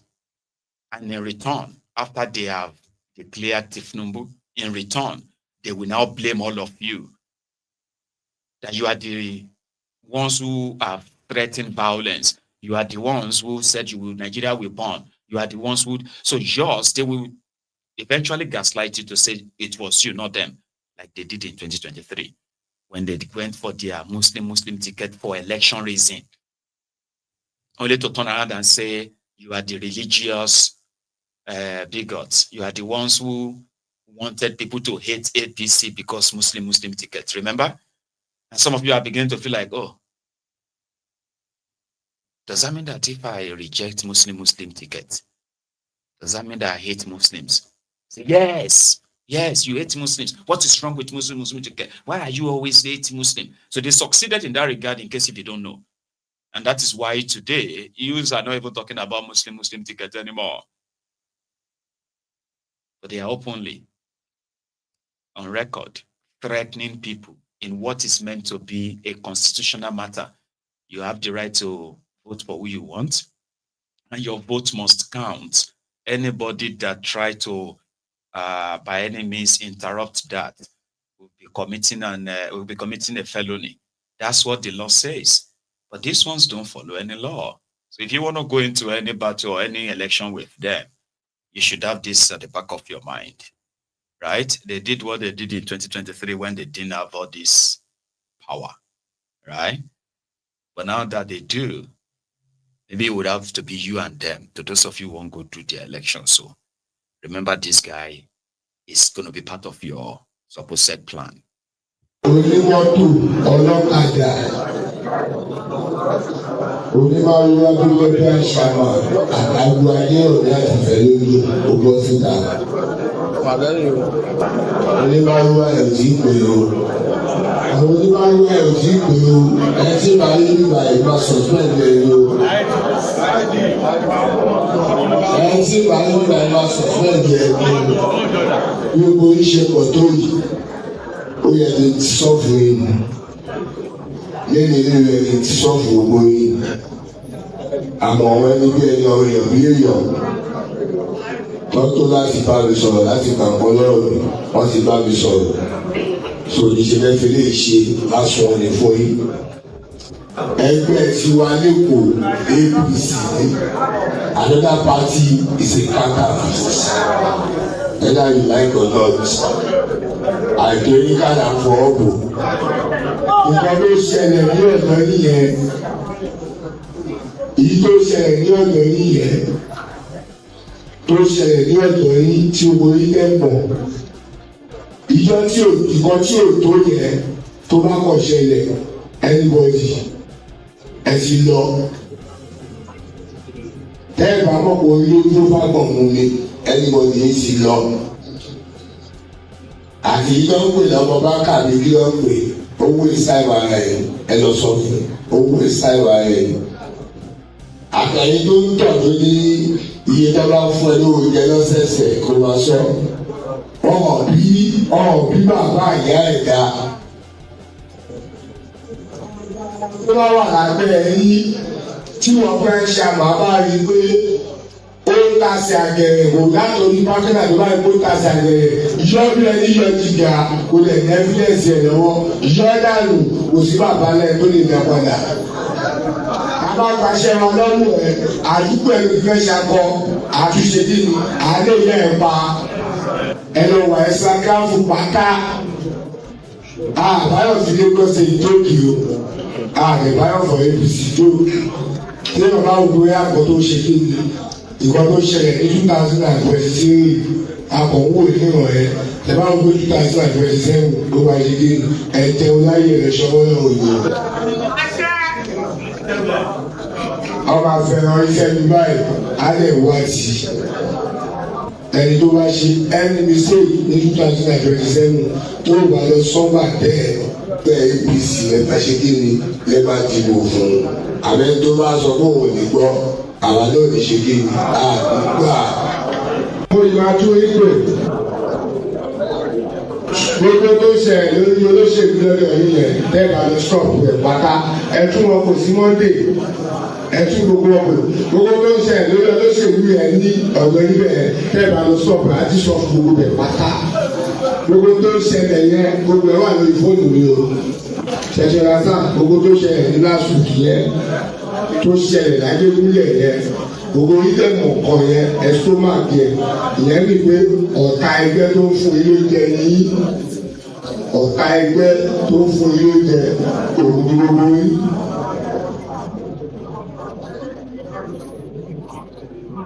ọ̀dọ́ yìí nìkan ló ti ṣẹlẹ̀ o mo fún ọmọ fojú ara o ọ̀dọ́ yìí ló ti ṣẹlẹ̀ o gbogbo àwọn ará bíbá yìí yẹn lọ́dọ̀ yìí o ní wọ́n fi gbẹ́ni sọ̀rọ̀ tán ẹ invite gbogbo pátá gbogbo ìfẹ́lódù àti ọ̀dọ́ ọlọ́kadà tó lù wẹ̀ bẹ́ẹ̀ bá dẹ̀ wà kí á fún wọ́n tètè máa ti sọ ọ̀dọ́ yìí ló fẹ́ ṣẹlẹ̀ o ọ̀dọ́ yìí ló ti ṣẹlẹ̀ àdúgbò yìí o ẹni bọ̀bọ̀ ta ẹgbẹ́ ni ìwọ tó bá yẹ ti jọ́ ta ẹgbẹ́ tó bá ti jọ́ ta síwájú kálá bá ní kó dà fún ẹ ọlọ́sọ̀rọ̀ ní ojú.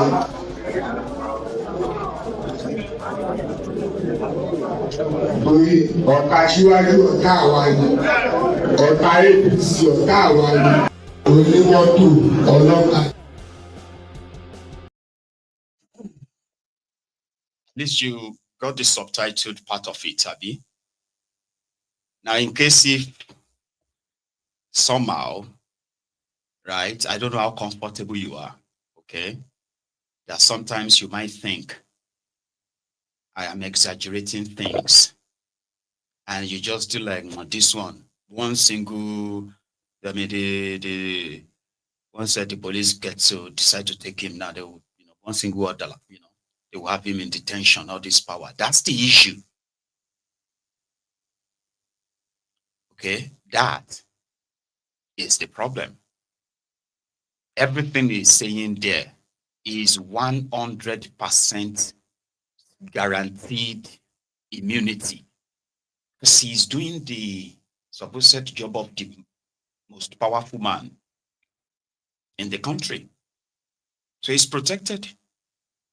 And because of that, his protection, that then puts to what you can say to test their laws. That in itself will just be like waste of time, because it is the failure of their laws that created a character like that. Some will say, oh, it's just an illiterate. Illiterate because you have some fine printed, decorated cardboard that they gave to you because after all this knowledge of how things can be done right, professional, this or that. Nigeria is a place run by criminals, educated and uneducated. They wield powers that are backed by the state. The powers to kill. He said it open there. When you're Jew down, they will kill you. The law says that everybody should go and choose their own rep and all that, right? But not with these guys, and not with many like him across the country, whose services will be, greatly paid for by those you would think should arrest them. So he's telling everyone there that if they want to keep their daily extortion ring, if they want to keep feeding their families from extorting money from commuters and drivers alike, then they must make sure that there will be no other political party allowed in their area. And there's another part to this as well, something that we almost all the time just never bother to mention out of oversight or intentional, so to say. And that is the part where there is a section of these area boys, thugs in Lagos, who have always been opposite to wherever Tinubu stands. And they have always been like available for hire by the other opposition groups. But because whatever these ones loyal to Tinubu, whatever they do, they've got immunity. That as long as they are not killed, they are fine. They will be protected. And therefore, it makes the other side almost inconsequential also. But they are all there too. Omobaka, that's another big thug in that fellow Dwabi, what's that area again? Right? Who seem to be on the side of the obedient, the GRV and all that, the eco-indigens. And somebody like him is considered as an enabler. Now, what the hell is he? Who are his godfathers that will single-handedly, thwart our operation in this particular area and allow the opposition to come in and leave? If they come to your area next time and you allow them to go, you will pay for it with your daily money. Now it's going to be like weaponizing these already poor and recruited people who are the area boys, the tout that you see at every corner, every street in Lagos State. controlled by another overlord that controls the areas as well. Everybody is so linked together. And it's the same message. If we lose Lagos, all of you are going to lose all the money you've been making. You know how much your lives have changed since Tinubu allowed us to run our things without much wahala. So we owe him. So these thousands of these thugs are those who have no real electoral value. They cannot mobilize anybody to vote for anybody. It's just to tell you that do it. Because if you don't do it, we are not going to make money. We're not going to be, here you get. So it is war for them. Because the message is simple.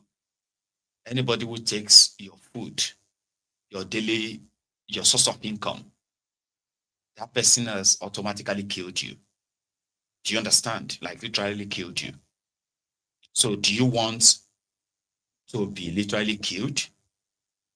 That's up to you. And you say no. Then would you do anything to avoid that? Yes, I would do anything. Even when you know that what you're about to go and defend. I'm going to say it in Yoruba before I continue. Yeah? Especially if who knows? You don't know who is watching. Especially if any of these thugs or area boys by any chance should be watching me right now. So, ìwọ tó jẹ́ thug, right? Tí irú àwọn Mustafa Sego tí wọ́n ń lò yẹn, just simply because owó àwọn ọlọ́kadà ni wọ́n ń gbà, tó ń gbà délé rábà lọ́wọ́ wọn. Bóyá owó àwọn ní kẹ̀kẹ́ márúwá ni wọ́n ń gbà, àbí tó ń gbà tó yẹn wọ́n náà fi ń tọ́mọ tó ti lọ fẹ́ ìyàwó méjì àbí ìyàwó mẹ́ta. Tó bá stop owó yẹn, ebi máa pa ìyàwó máa kọ̀ ẹ́ sílẹ̀. However, bó ṣe ń ṣètò náà, ò ṣoríire kankan. Why? Owó tó fi ọwọ́ ọ̀tún fún ẹ, tòrò owó ẹ̀jẹ̀ ni. Wọ́n fi ọwọ́ ọ̀tún fún ẹ, wọ́n á fi ọwọ́ òsì gbà padà lọ́wọ́ ẹ. Ṣé you understand? Nǹkan tí yẹn mi ní pé ṣòro tí wọ́n ń jágbà lọ́wọ́ àwọn èèyàn yẹn, owó yẹn náà ó máa ṣe lọ padà fi ra pampers, ó máa fi ra oúnjẹ, ó máa fi ra petrol sí I better pass my neighbor generator yẹn, right? So wàá kàn realize pé owó yẹn gan ti lọ fi àm. Ó ti lọ fi àm bó ṣe ń gbà ó ti lọ. So ó ti di pé tó bá gbaṣẹ́ yẹn lọ́wọ́ ẹ báyìí, ayé ẹ̀ ti bàjẹ́ nìyẹn. So lójú ara ẹ, defending that tó ṣe ń live ayé kí ló ti ń pè ayé gọ́tà yẹn, right? Wọ́n pè ní rat race làwọn olóyìnbó máa ń pè rat race. Ṣé o mọ̀ pé kò sí bí èèyàn ṣe lè win ní rat race tó? Kò sí bí rat bó ṣe lè win ní rat race tó. Rat race yẹn ni pé wọ́n máa lọ sáko báyìí, wọ́n máa lọ báyìí, wọ́n máa lọ báyìí. Tó bá fi eku sínú bowl, right? Wọ́n máa lọ báyìí, máa lọ báyìí, máa lọ báyìí, máa lọ báyìí. Kò wá sí bí eku yẹn ṣe lè first tó. Eku náà ṣì ni, rat náà ṣì ni. Tó ń pè ní rat race. Gbogbo yẹn bí n sìn. Bàtà tí sáko yẹn máa fi lọ round, tó bá máa fi dé padà ó ti tán. So to the you know, that's the life they have given to you. So you are working for them because it's the crumbs that you are getting from wherever they are extorting forcibly from people. And for them to maintain that, because now they work for them. So for them to maintain this source of extortion ring and all these billions that comes in, right? They need to also protect the powers that be, that granted them that or such economic power. So do you see it now? So they need these foot soldiers who are feeding off crumbs, because after they collected all this money, they would then now have to hand it over. Now from this crumb, they would give them something. And they say, so how are you doing it? I they pay, I mean, so they do a job. Somebody who is running after Okada in the rain, in the sun, running after Danfo to collect money, you know, doing all this, all of that. You now realize that those who sent him, they are with different women in another park where they just parked, you know, the brand new vehicles they just ordered for themselves. Cars, women, drinks, right? And then some hype men on the side. While you are running in the rain, in the sun to collect 100 naira, 200 naira, this or that, right? At the end of the day, you go home with 20,000 naira and say, I'm on that job bill. You know how much they make every day? 20 pay. But that 20,000 naira is what they give to him, the crumb they give to him. Because at the end of the day, it probably is somebody who single-handedly raised like 100,000 naira. But the 20,000 naira to him, money, that my chairman, a correct man. So the guy will now reap this money from all of them. At the end of the day, 380. This was like this one I'm telling you right now is 2020 or 2021 data, right? That's the money that the NURTW makes from Lagos State in a single day was 390 million naira one day. So in a year, they are making nearly 1 trillion, the way they described it. Now, this is the money that goes through the hands of these guys. That's why they have so much money. And it's coming from every part, everybody, like, you know. So they are the big men. You hold them. And they hold their own godfathers. In this case, Tinubu and APC. It is like a tradition. Your life is, same thing with Yalojas, market men and women. Do you get that now? So you want insurance, you want security, so that you want to still be trading, you still want to own your shop, join the market women. Who is the controller of the market women? Tinubu's daughter. His mom was in charge of that before his daughter took over. So, which means everything still comes back to him from the Agberos, from this, everybody's buying their own immunity in that way. And of course, whenever it's election time, that one requires another special mobilization, which is to ensure that status quo remain. If we lose Lagos, do you know thousands of you will go die of hunger? So that's enough for them to go and intimidate millions of people who are suffering from the economy they have created, who want something different. And by law and election, they could do that. But they needed these guys to stop them from doing it. No, you can't do that, because we realize that if we allow you to do that, you are going to, they don't even trust the people that they claim that they have served for years. You have been in charge of a place for 26 years, that you still don't trust them, that they appreciate what you are doing. Do you get what I'm saying? Labors, Baba. You understand, Baba? Like, you have been in charge of a place for 26 years, serving the people of this state. Done so well. You build schools, you build roads, you build all these things. People are better off. They are very happy with you. Would you be afraid to test that popularity? Why? Would you be afraid to test it? And say, I trust them. If they reject me, that means they didn't appreciate what I have done then, Abi. So then that's fine. Abi clear feel. But that is not their style. Because power is not served a la carte. According to Koolu, you have to grab it, snatch it, and run with it. That is why the likes of Sego and others who are ready to kill anybody to ensure that this money flow is never stopped. Do you get that? So that is why people like that are always going to be there to stop the millions of you. They don't need to stop, and they don't need millions to stop you. All they need is just to make sure that they stop like this.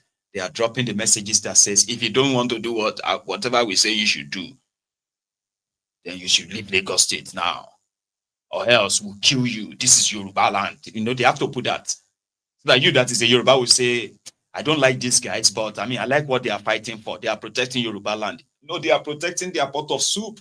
They don't give a shit about Lagos or anywhere. The reason why they give a shit about Lagos is because it is a source of food. If they lose it, Baba, where do you want them to go back to? You want Mustafa Sego to go back to Kwara?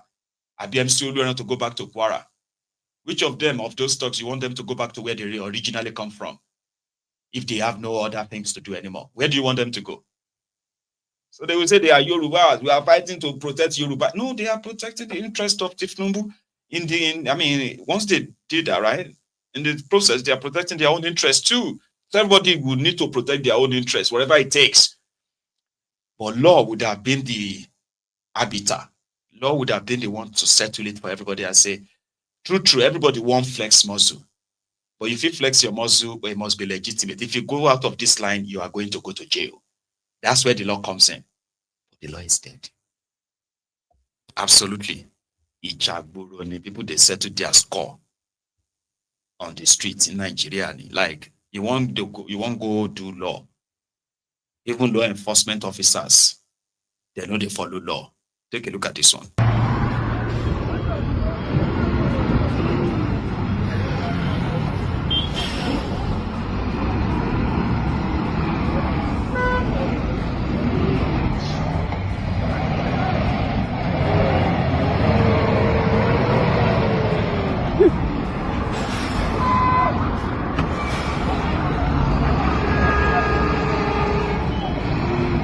Hey, what I mean?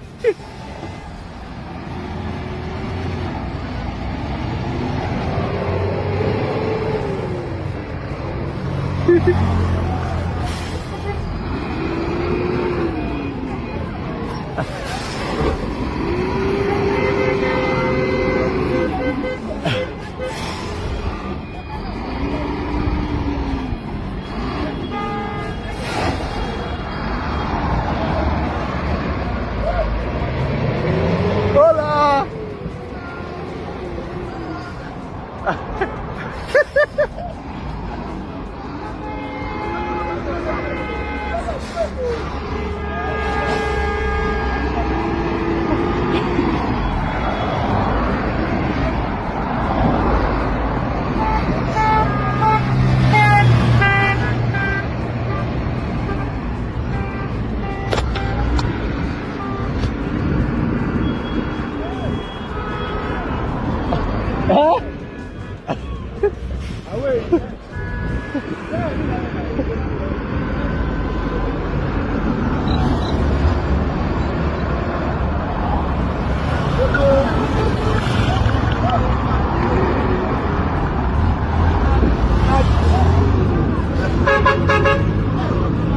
Already.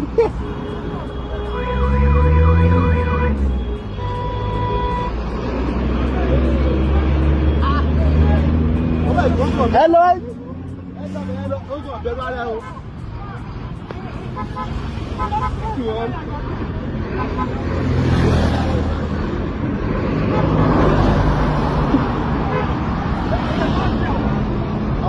Outside.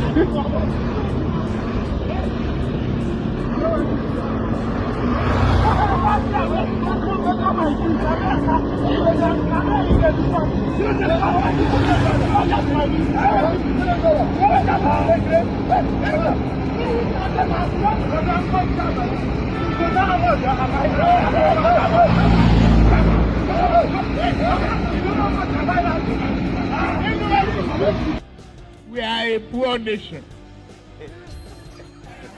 The ban code will follow. They say firewood not smoke. They say we need to plant more trees. And they are not giving us money.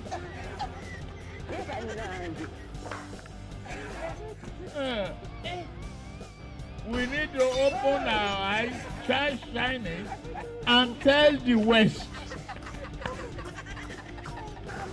If you don't guarantee our finances and work with us to stop this, we are not going to comply with your climate change. They're doing. They're doing. So that was the scene of a crash that happened before even the video started. So between a private car and that massive truck. So the car got hit by the truck, and then the truck was making an effort to just escape and drive away. So the car decided to block his way. The more he blocked the way, the more the truck kept pushing and hitting. At a point, he reversed and hit again. Because everybody,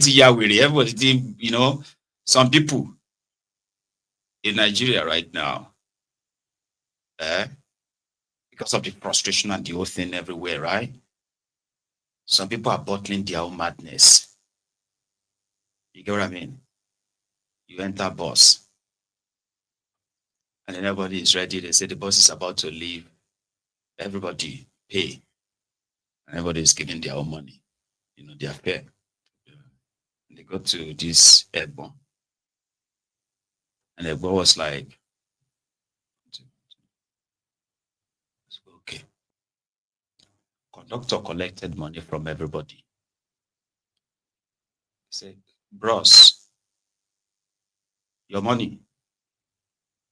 Then he was like, give them their change, give them their change. That's why I need to know if you have the accurate fare or you will need change as well.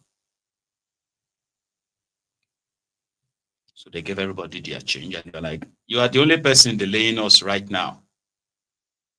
Like, Alaye pay. That's it. And he just lost it. Like, why are you shouting? Why are you there? It's a very simple thing. Pay. Do you know who I am? Because everybody's got something they bottled in that. Now, passengers will go, they say, is it they go on, Baba? Say you get money ni Abiba, like they're asking you to pay. But the thing is this. Instances like that, it's not because that person doesn't have money or so. Their mind may be somewhere else. God knows what is troubling them. Something that, the moment they got into that, that public bus like that, it was like a moment of sitting down to reflect. They are completely gone, off mind. How many people are walking about like that, do you know? And they just need one simple thing to implode. And they will implode in a way that sometimes people closer to them will be like, that's very much unusual of him. Something must have triggered it too. Like, this guy know they behave like that too. What's going on? So if you have people around you, showing that kind of behavior in Nigeria, I bet you understand. Because sometimes when you kind of like just throw your tantrum needlessly simply because you have become so, and it happens everywhere, by the way. But if you think whatever you are going through, wherever you are right now, outside Nigeria, if you think that is even so much, you probably have no idea what it is if you are to be going through the same thing in Nigeria. I know some of you probably have never really experienced hardship that way. And then suddenly you found yourself in foreign land and the whole thing is just so overwhelming and all that. And it becomes so mentally draining. And then you just feel like Nigeria is better. Go back there. Go take a look. You get what I mean? So people are saying that frustration that will make them, the frustration that got them to jump up from Nigeria, right? They hope there will be any kind of frustration outside Nigeria that will force them back. Because if you have any situation that's forced you out of Nigeria, and then what you encountered elsewhere, not like going into criminal stuff. I mean, like situation, life is so hard, it's so tough that you have to be forced back to Nigeria. But situation may actually really be beyond just Nigeria. You get what I mean? So people are walking about with rage. Officers who are supposed to be calm under whatever pressure. You go see them quickly now, you don't turn gun. I will shoot you. I say, what are you thinking? Officer. Somebody said, I don't have any money to give you. Because you want money. All those roadside check this and that is just, you want money. And since you realize that this person won't give you money, suddenly they become so rude. Even if they just say, officer, well done. Oh. What do you mean well done? What do you mean well done? Are you mad? Do you know me? I'll shoot you. I'll shoot you now, sir. Say, Kingsley, what do you do? What do you talk? I don't talk anything. No. As time when they talk to you, I just say, officer, well done. No, I'll walk. It can't be that. Can't be what you told him. The guy won't shoot you. He's got the cock gun. So I swear. Now, wait till I tell her. I just say, officer, well done. No, I'll walk. Because he's a frustrated person. You get what I mean now? He's serving a country that is paying him that is underpaying him. And he's also have to exist in the same community, I'm sorry, in the same economy rather, that these rogues he's protecting or defending have created. Now he's got no power to question those who have put him in that situation. Then they gave him gun. And somehow he's realizing that your friend that is talking to his colleague there is not looking like he's going to give them money. You can't they ask her, the officer, well done, sir, how work? His children have been sent out of school. He's not got money to pay their school fees. They have already told him that, you know, he would have to move out of his house since he couldn't get any house in the barracks. He's rented privately out there. Now he can't even pay his rent. His wife called him useless every morning. Police officer, where you go see for road, they call officer. His wife is calling him useless. Very, very useless man. This and that, different names. And he couldn't do anything. So he come to the side of the road, praying that today in call, some of you will be nice enough to the officers. And he will go back home with something substantial. And there he is, you're not going to give him money. No, you're not going to give him money. He's using every trick to get the money, but you're not going to give him money. So what do you think is going to happen? You're going to trigger him. Say, officer, well done. These are the kind of, you know, explosive people walking about who can explode anytime. And when they explode, right, it's probably going to be, you know, it's going to be time, it's going to be taking life as well. Like you see that lady that died, Somi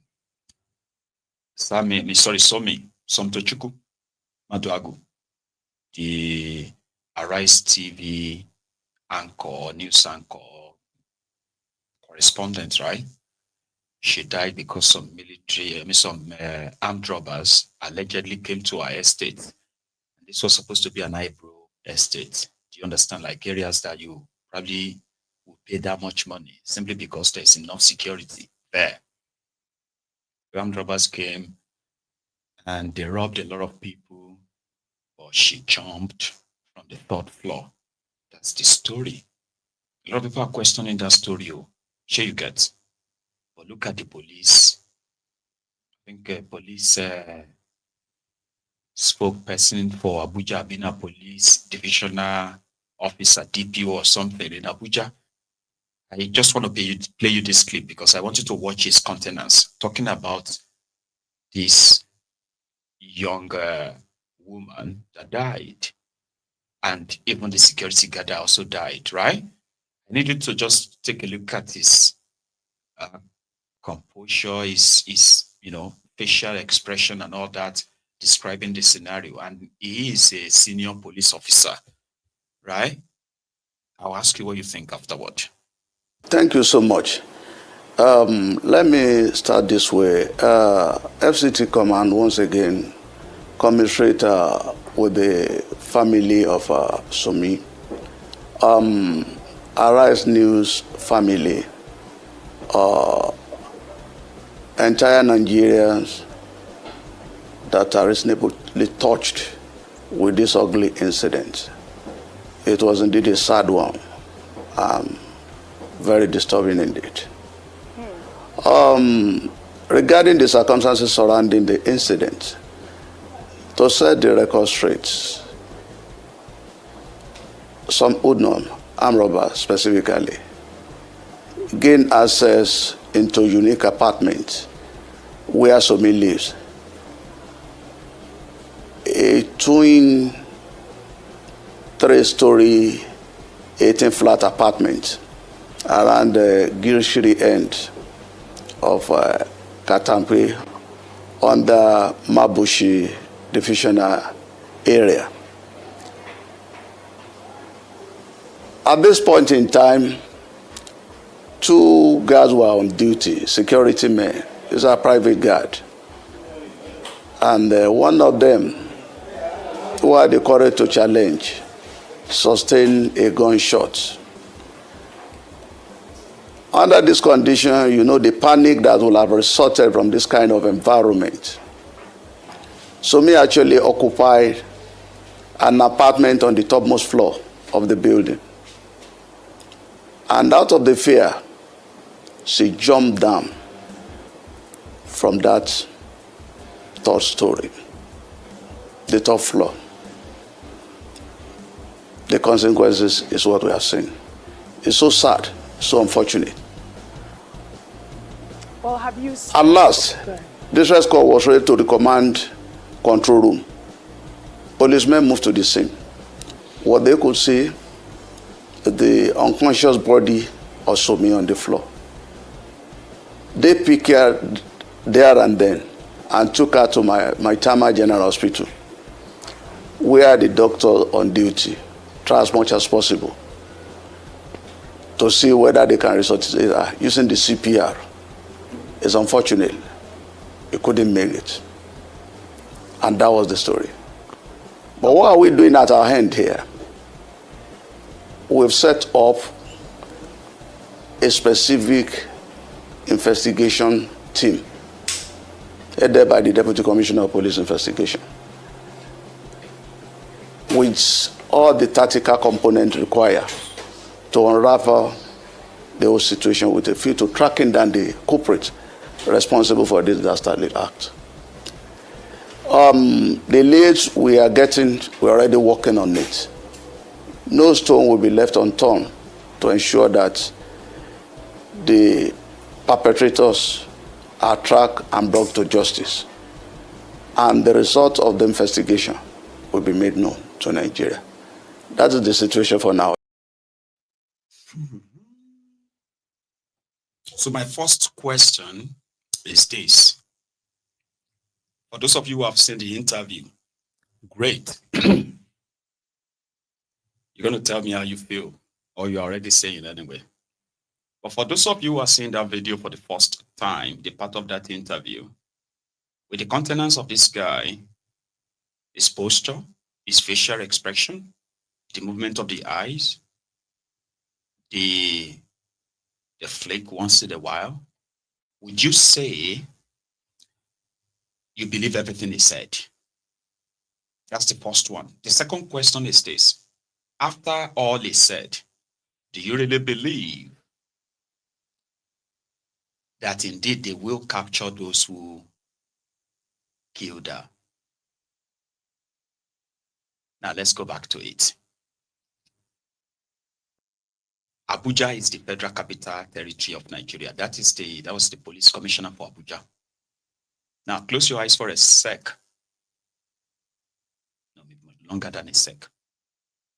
5 seconds. And imagine it that this happened somewhere in one nice London postcode. And I'm talking about Highbrow area. I'm not talking about the regulars now. Because London is the capital of Britain. And because of that, imagine the chief police officer for London coming around to address the public or speak on the national television about the tragedy.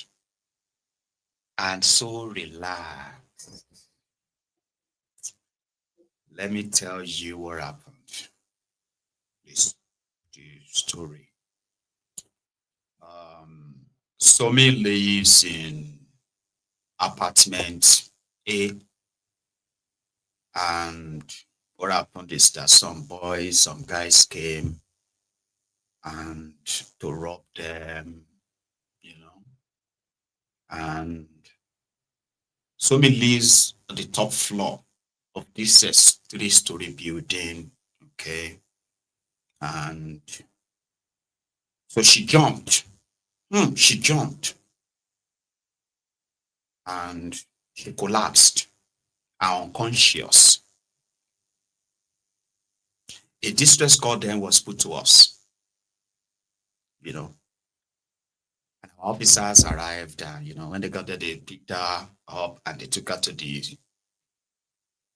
hospital, right? Like, if somebody that speaks like that is talking about a murder, armed robbery, homicide, right?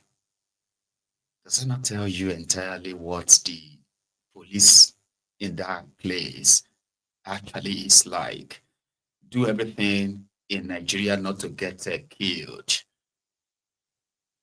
I don't know what you can do. I don't know. Getting killed is different from dying, you know. I am not saying, but I do tell people to do everything to please not die. Please don't die now. It's a different thing to say, please don't get killed.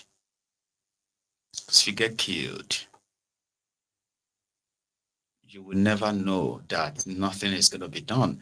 Because in another few days, in order to put this whole thing to rest, they may parade 2-3 boys in another few days, and they will tell you that they are the ones who came to rob that place, and those are the people responsible for the death of this woman. And then they will bring out weapons, everything they recovered from them.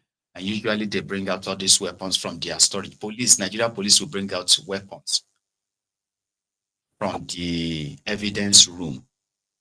And they will table them, parade them, and say, this is the weapon they got from your house. You could come to wonder, say, hey, I get this many guns. Wow. You understand? And they put the cameras before you to be answering questions about how you are the criminal. After they must have, of course. Okay? Forced it into your head. So they are not interested in fighting crime per se, except the VIP death or VIP crime that involves them. Then you will see that the police is working. You will know that the DSS is working. You will know that all these guys actually exist if you run into trouble. Well, if you run into trouble with these rogues, the criminal politicians. Oh, not all the time that it's about the trouble or not. Because the story is different for this security guy who got employed. Imagine getting employed by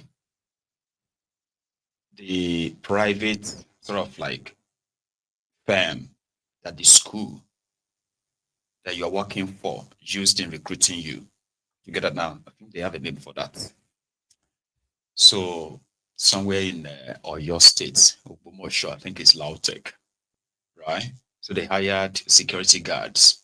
But it's not the school that hired them, a private company, a private security company, right? And they have been working in this school for, from 2021, that's like 4 years.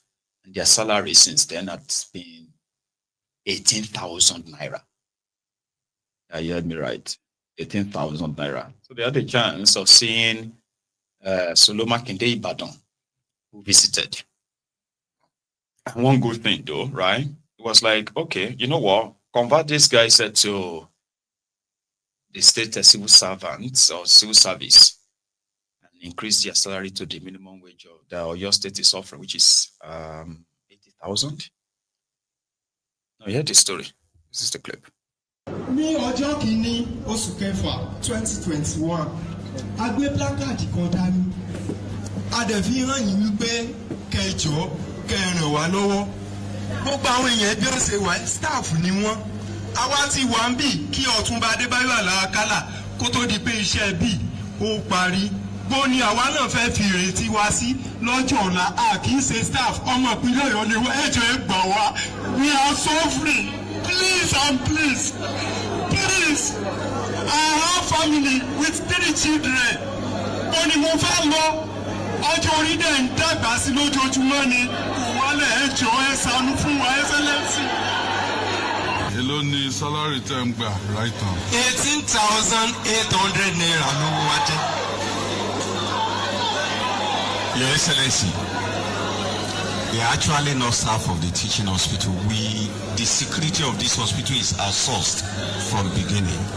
So it's given to a company who recruits whosoever he wants. But calculation will for our company is based on 27,000 naira per head. It's based on 27,000 naira per head. I can solve the problem right away. I say kí wọ́n convert in 67 years directly gẹ́gẹ́ bí ad hoc workers and you will get 80,000 naira every month.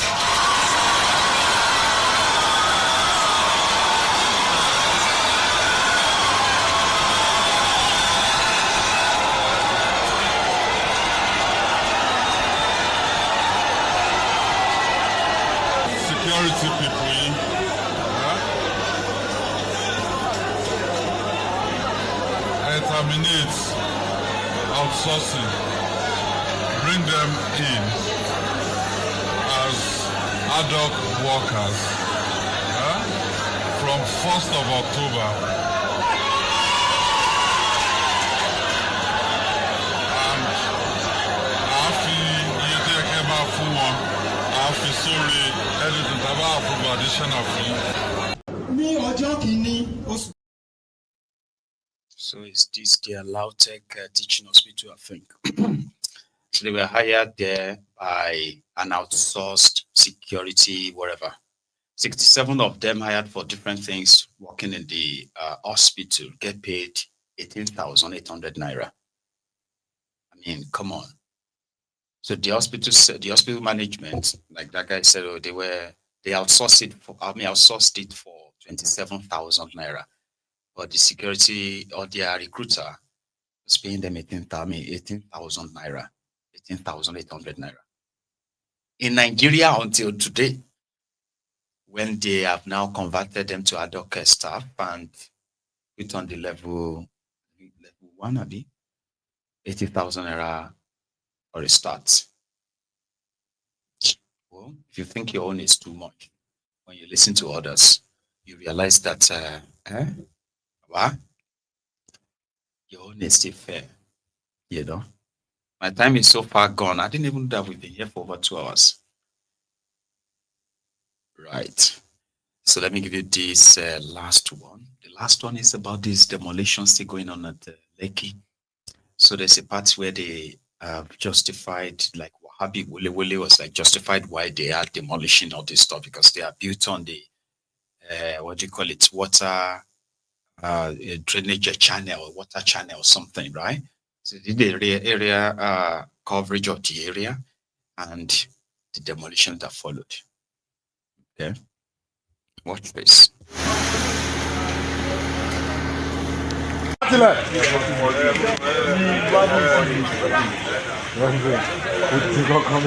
Hold on,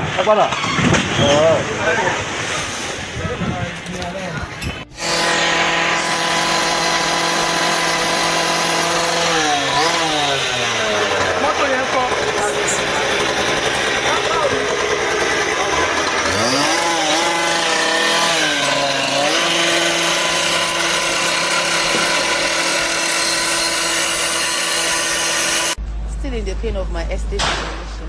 Oh, this is not funny. See people's properties. See, they are still working. They are still working. See people's property. Last night was helter-skelter. People couldn't even sleep. Their property was totally drained last night. Like the whole rain fell on people's property, and a lot of people dropped most of their properties in other people's compound. Like the rain destroyed people. Some people trying to take out their zinc from their own building. Oh God, hey Jesus Christ! See people's property. See people's property. See people's property. See people's property outside. The rain yesterday, was crazy. Like people's property was drained. Like rain fell on people's property, people's beds, chairs. Like a lot of people are homeless. A lot of people could not, like they were literally outside. You can see this compound, see how people packed their things. Oh God, if it hasn't happened to you, you will not understand what it feels like. You will never understand what it feels like or what we are actually going through. You won't.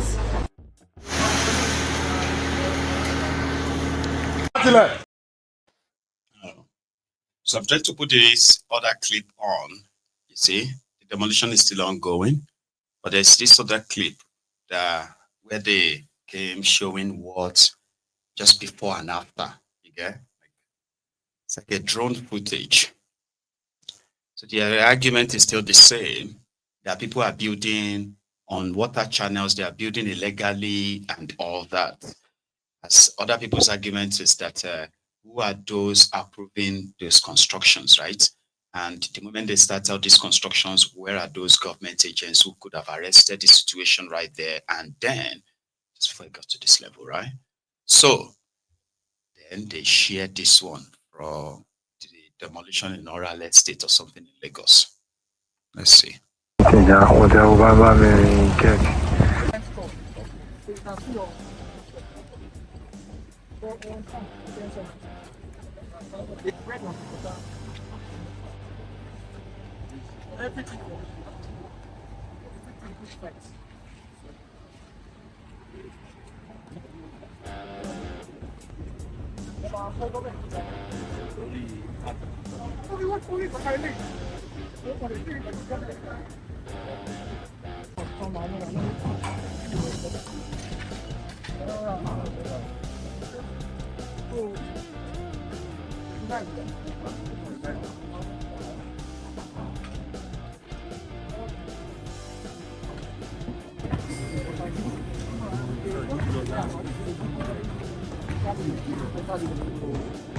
This is it. What you have done today. That's why I say I'm not going to the beginning. This is where my democrat is. I won't touch whatever is on the alignment. So your office is safe. That's why I tell you. Listen, but as concern is, it's not fair. What I have to do, the thing is what they're taking it. It's not about you. But we create it will be affected. It's the major discharge point for the of this area. Electric and will be affected. It's 45 kilometers. Now looking at yourself here, if you go upstream, you see the impact of this particular river here. But you've operated it here. That is why you have a recourse in law to whoever sold it to you. The point is, that's why it came. If you are in doubt, this is a typical footprint of it. I didn't do this myself. If there's a win, we can also try to win. What I can do is, whatever I can salvage is what I will salvage. But this is what like alignment that will take it. If you are feeling that, this is what you guys have done. We've seen all these documents. We're just saying if we can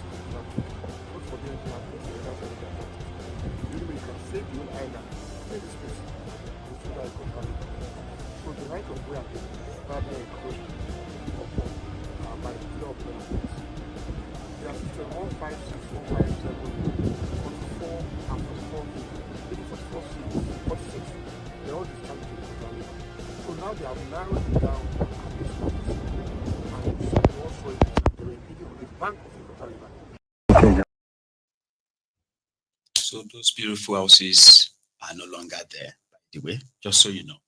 All those stuff you saw there, those are like before the demolitions and the rest. They are no longer there anymore. Maybe I'll bring you the clips of them no longer there. But like Yomi Toto pointed out, we have been seeing them demolish. And you'll be wondering, where are these people? Where do they expect these people to go to? Runukus will say they should go back to their states. What about those who have been in that same Lagos, who are also Yorubas, by the way, who have been in that Lagos since birth, and yet like 4 or 5 generations before them have been there? Where do you think they should go to? At least if you are destroying houses, there should be something that is probably elsewhere that you are building thousands of, low-cost houses for people. And say, well, there are government houses, you can take them alternatively. But no, they don't care. They are beautifying Lagos. They are trying to. Anyway, I'll leave it at that. Right? So thank you very much, everyone, for your time. Remember, we are still under this shadow ban and all that too. So those who made it here, please like the broadcast. All right, like it and share it. Leave the rest of it to the algorithm. Okay. Now we'll see you another time.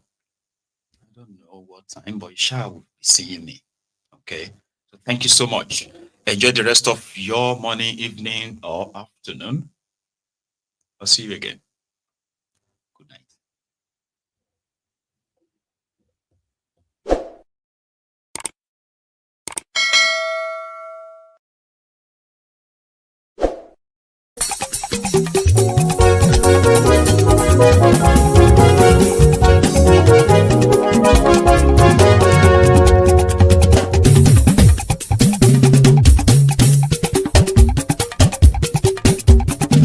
Mayegun làwa mọ̀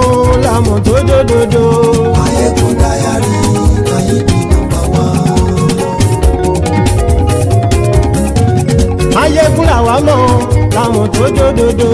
Máyégún dáyàrí náírà nọ́mbà wán. Máyégún ti dé o ọ̀rẹ́ ará ìlú. Máyégún dáyàrí náírà nọ́mbà wán. Lórí Facebook lórí YouTube. Máyégún dáyàrí náírà nọ́mbà wán. Gbogbo bó ṣe ń lọ ni Máyégún já wa sí.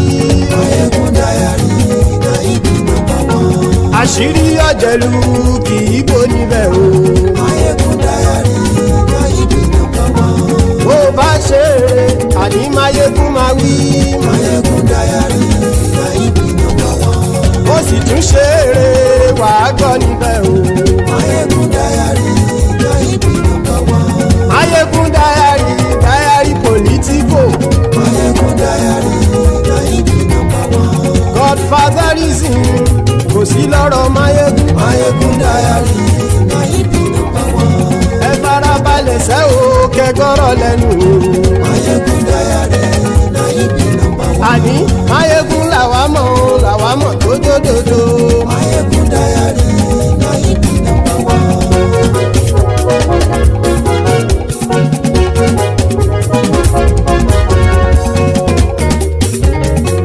Àní ẹ̀sùn ràkì. Máyégún ti dé. Máyégún ti dé. Ọ̀jẹ̀lú ẹ̀sùn ràkì. Máyégún ti dé. Àní ẹ̀sùn ràkì. Máyégún ti dé. Lórí Facebook. Máyégún ti dé. Àní ẹ̀sùn ràkì. Máyégún ti dé. Lórí YouTube. Máyégún ti dé. Àní ẹ̀sùn ràkì. Máyégún ti dé. Bọ́ bàbá gbé wúrẹ́. Máyégún máa wí. Àní ẹ̀sùn ràkì. Máyégún ti dé. Ijó ìgbádìyẹ. Máyégún máa wí. Àní ẹ̀sùn ràkì. Máyégún ti dé. Pẹ̀sìdó bá rúfin o. Máyégún máa wí. Àní ẹ̀sùn ràkì. Máyégún ti dé. Kí gómìnà kówó jẹ. Máyégún máa wí. Àní ẹ̀sùn ràkì. Máyégún ti dé. Ọlọ́pàá tí ń darí bá. Máyégún máa wí. Àní ẹ̀sùn ràkì. Máyégún ti dé. Aṣòfin tí ń rúfin o. Máyégún máa wí. Àní ẹ̀sùn ràkì. Máyégún ti dé. Òpùrọ́ olóṣèlú. Máyégún máa wí. Àní ẹ̀sùn ràkì. Máyégún ti dé. Ọ̀jẹ̀lú ẹ̀sùn ràkì. Máyégún ti dé. Àní ẹ̀sùn ràkì. Máyégún ti dé.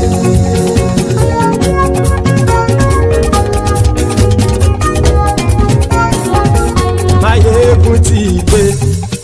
Gbogbo ọ̀jẹ̀lú ẹ̀sùn ràkì. Máyégún ti dé. Gbogbo ọ̀jẹ̀lú ẹ̀sùn ràkì. Ṣùgbọ́n ní bá ti ṣe èyí tó yẹ kí wọ́n ṣe, ọmọ bá dèrò ní fi wọ́n níran o. Máyégún ti dé. Gbogbo ọ̀jẹ̀lú ẹ̀sùn ràkì.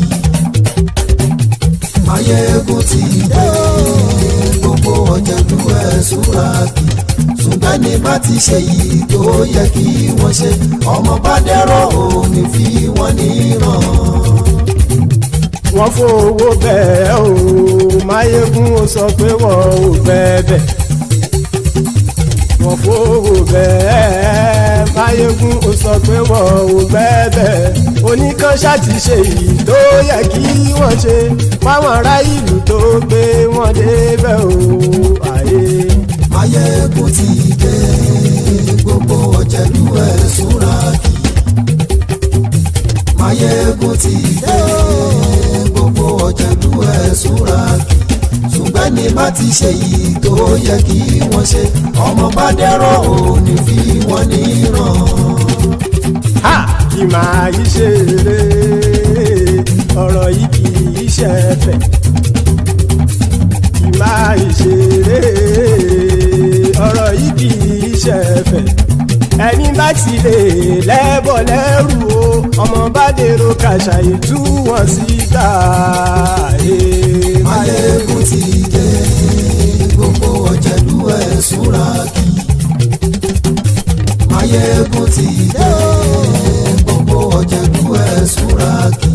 Ṣùgbọ́n ní bá ti ṣe yìí tó yẹ kí wọ́n ṣe, ọmọ bá dẹ́rọ̀ ò ní fi wọ́n níran. Tẹnitẹni ọmọ Máyégún ọ̀rẹ́ ara ìlú mọ̀mọ́ ni. mo fọlọ́run ṣọ́ ẹ̀ bá kìlẹ́bù lóòótọ́ olódodo ìlú ọ̀tá ìlú mọ̀mọ́ ni ìwọ ṣá máa ń ṣọ́ra kò sì mọ́ bẹ̀rù bọ́tà ń lè rí bóníṣègùn lé káwọn mọ̀mọ́ fi ṣera wọn ni ó ti dẹrùn tí wọn ò gbọ́dọ̀ sè mọ́bẹ̀. èèpo ọ̀gọ̀ lọmọ bá dérò tàjẹ́ ò gbọ́dọ̀ jẹ́ ó ti dọba lórí àbínú ẹni kò sì mọ́ fòyà àìsíwọ́lu ní ẹnìkẹ́ ìgbódì ẹyin lábàrá o ó kó ẹni tó bá dán wò á kàmù máyé ń ti dé gbogbo ọ̀jẹ̀lúwẹ̀ túnra kì Máyégún ti dé gbogbo ọ̀jẹ̀lúwẹ̀ túnra kì o ẹ̀yin bá ti ṣe yìí tó yẹ kí wọ́n ṣe ọmọ bá dèrò òní fi wọ́n níran o. Máyégún ti dé gbogbo ọ̀jẹ̀lúwẹ̀ túnra kì. Máyégún ti dé gbogbo ọ̀jẹ̀lúwẹ̀ túnra kì. Ṣùgbọ́n ní bá ti ṣe yìí tó yẹ kí wọ́n ṣe ọmọ bá dẹ̀rọ̀ òní fi wọ́n níran.